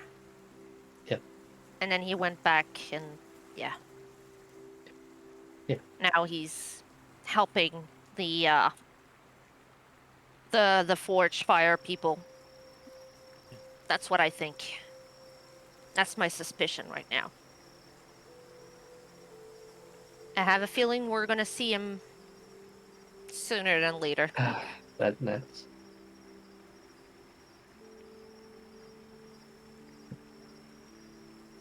Yep. That was my round of messing around for tonight. I'm good now. All right, then, unless y'all have anything else to do.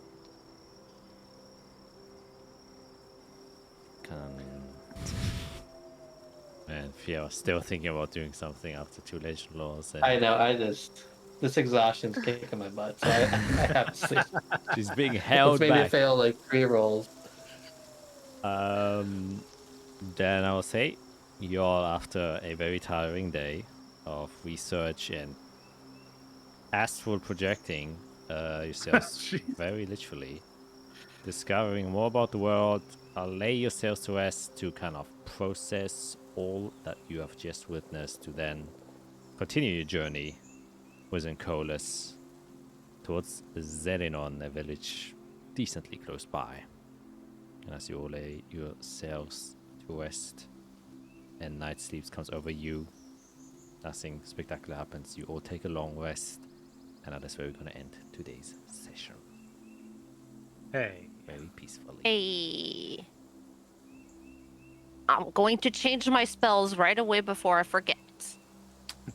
Yeah, that's pretty smart. Because I know I'm going to forget. Yeah, and once again, Matt just forcing me to load dump you guys for probably like 2 hours of these entire sessions. I'm very happy about it. How many more notebooks can we fill before you have literally my document inside of you? Yeah, you have so much lore, Jack. Listen. Did you see how I pulled literally from the depth of my brain info? I still so impressed that you found Kahal Nox, because that's such an obscure. It was mentioned once briefly when you were in hell. It is literally one of my tabs is Kahal Nox. That's literally crazy. because I was like, this has to be important. That's crazy. Yeah, I think I passed it to you and then Yeah. deleted it from my Yeah. mind. It literally says Fiera speaks to Tempestus again. Servilon is in Kahal Nox.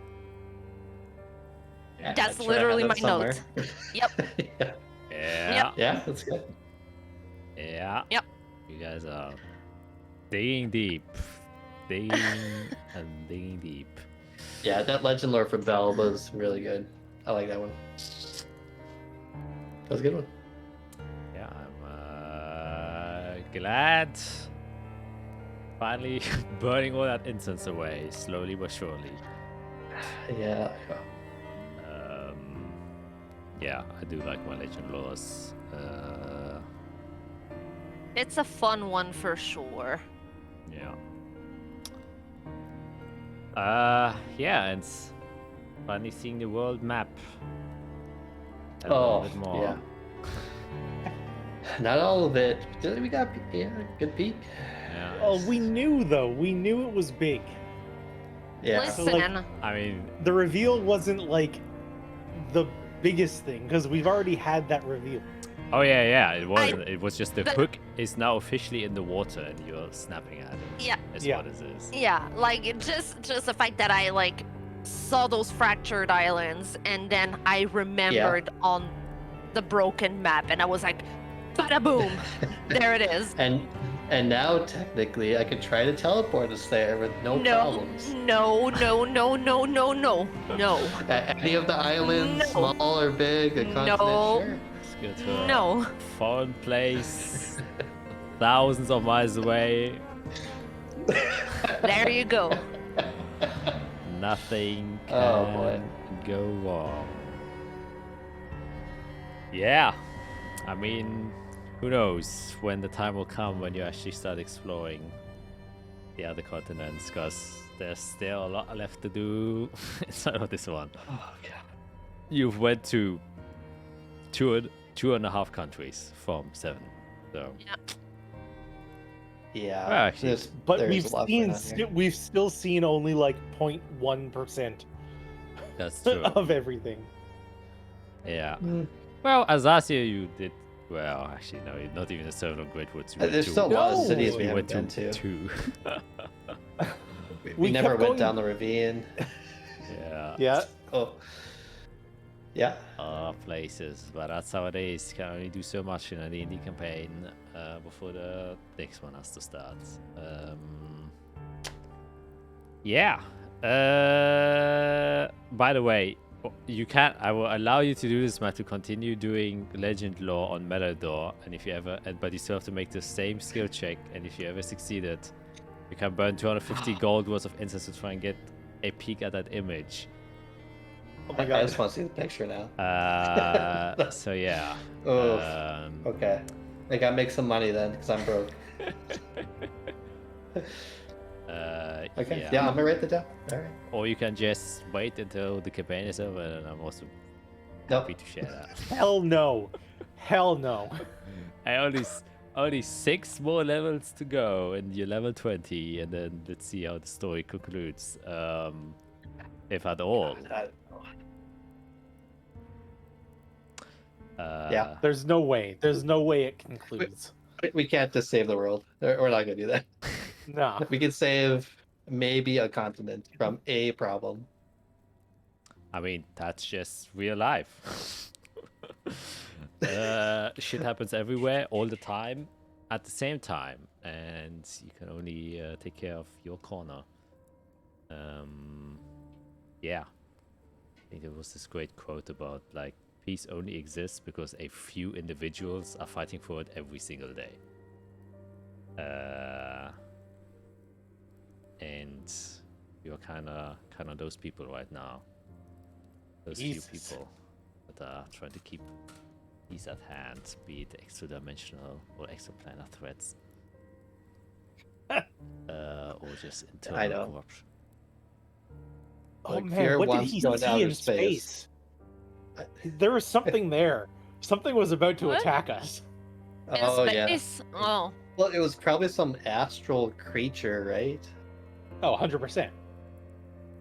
That's why he was Like, I sweating. know a little bit about the astral plane, but not a lot. Especially in Jack's world, we have no idea. Oh wow, It has to be different. that shit's different. That's like all Yeah, I all would say planes. it's- Yeah, all planes are very, very, very different from the Yeah. normal D&D thing. Except hell, Jack's like, is a literal nightmare. I think it's like the closest only thing that it is similar to the in-game or lore accurate Ferunian hellscape. Is it Ferunian? Yeah, I think yeah. Sure. Sure, yeah. Yeah. we've gone to hell, but we haven't been to the Underdark yet. Also not the Shadowfell, also not the Underdark. Feywild, and Mm-hmm. I want to get to the Feywild before the end of that campaign. Oh, Isara we wants can to easily do set that. foot in there. that's Isara an wants to easy go. problem. That is literally one of Isarel's long-term goals is to get to the Feywild. She wants to see it Yeah. with her own eyes. Let's do it. Sure. Definitely. We gotta save it. It's on fire. We're gonna be fighting. Nothing goes wrong there. Yeah, yeah, there yeah, is yeah. a lot of stuff going on there that Isara wants to see. Indeed. Yep. So yeah, for now we're gonna say goodbye, and hopefully we'll see you guys next week, continuing on for episode 110. Wow, so even 10 episodes. In this Yep. That's crazy. A 10th way to episode 200, man. We're already getting there. We're already getting there. I'm hyping myself now. Anyways, see you then. Bye.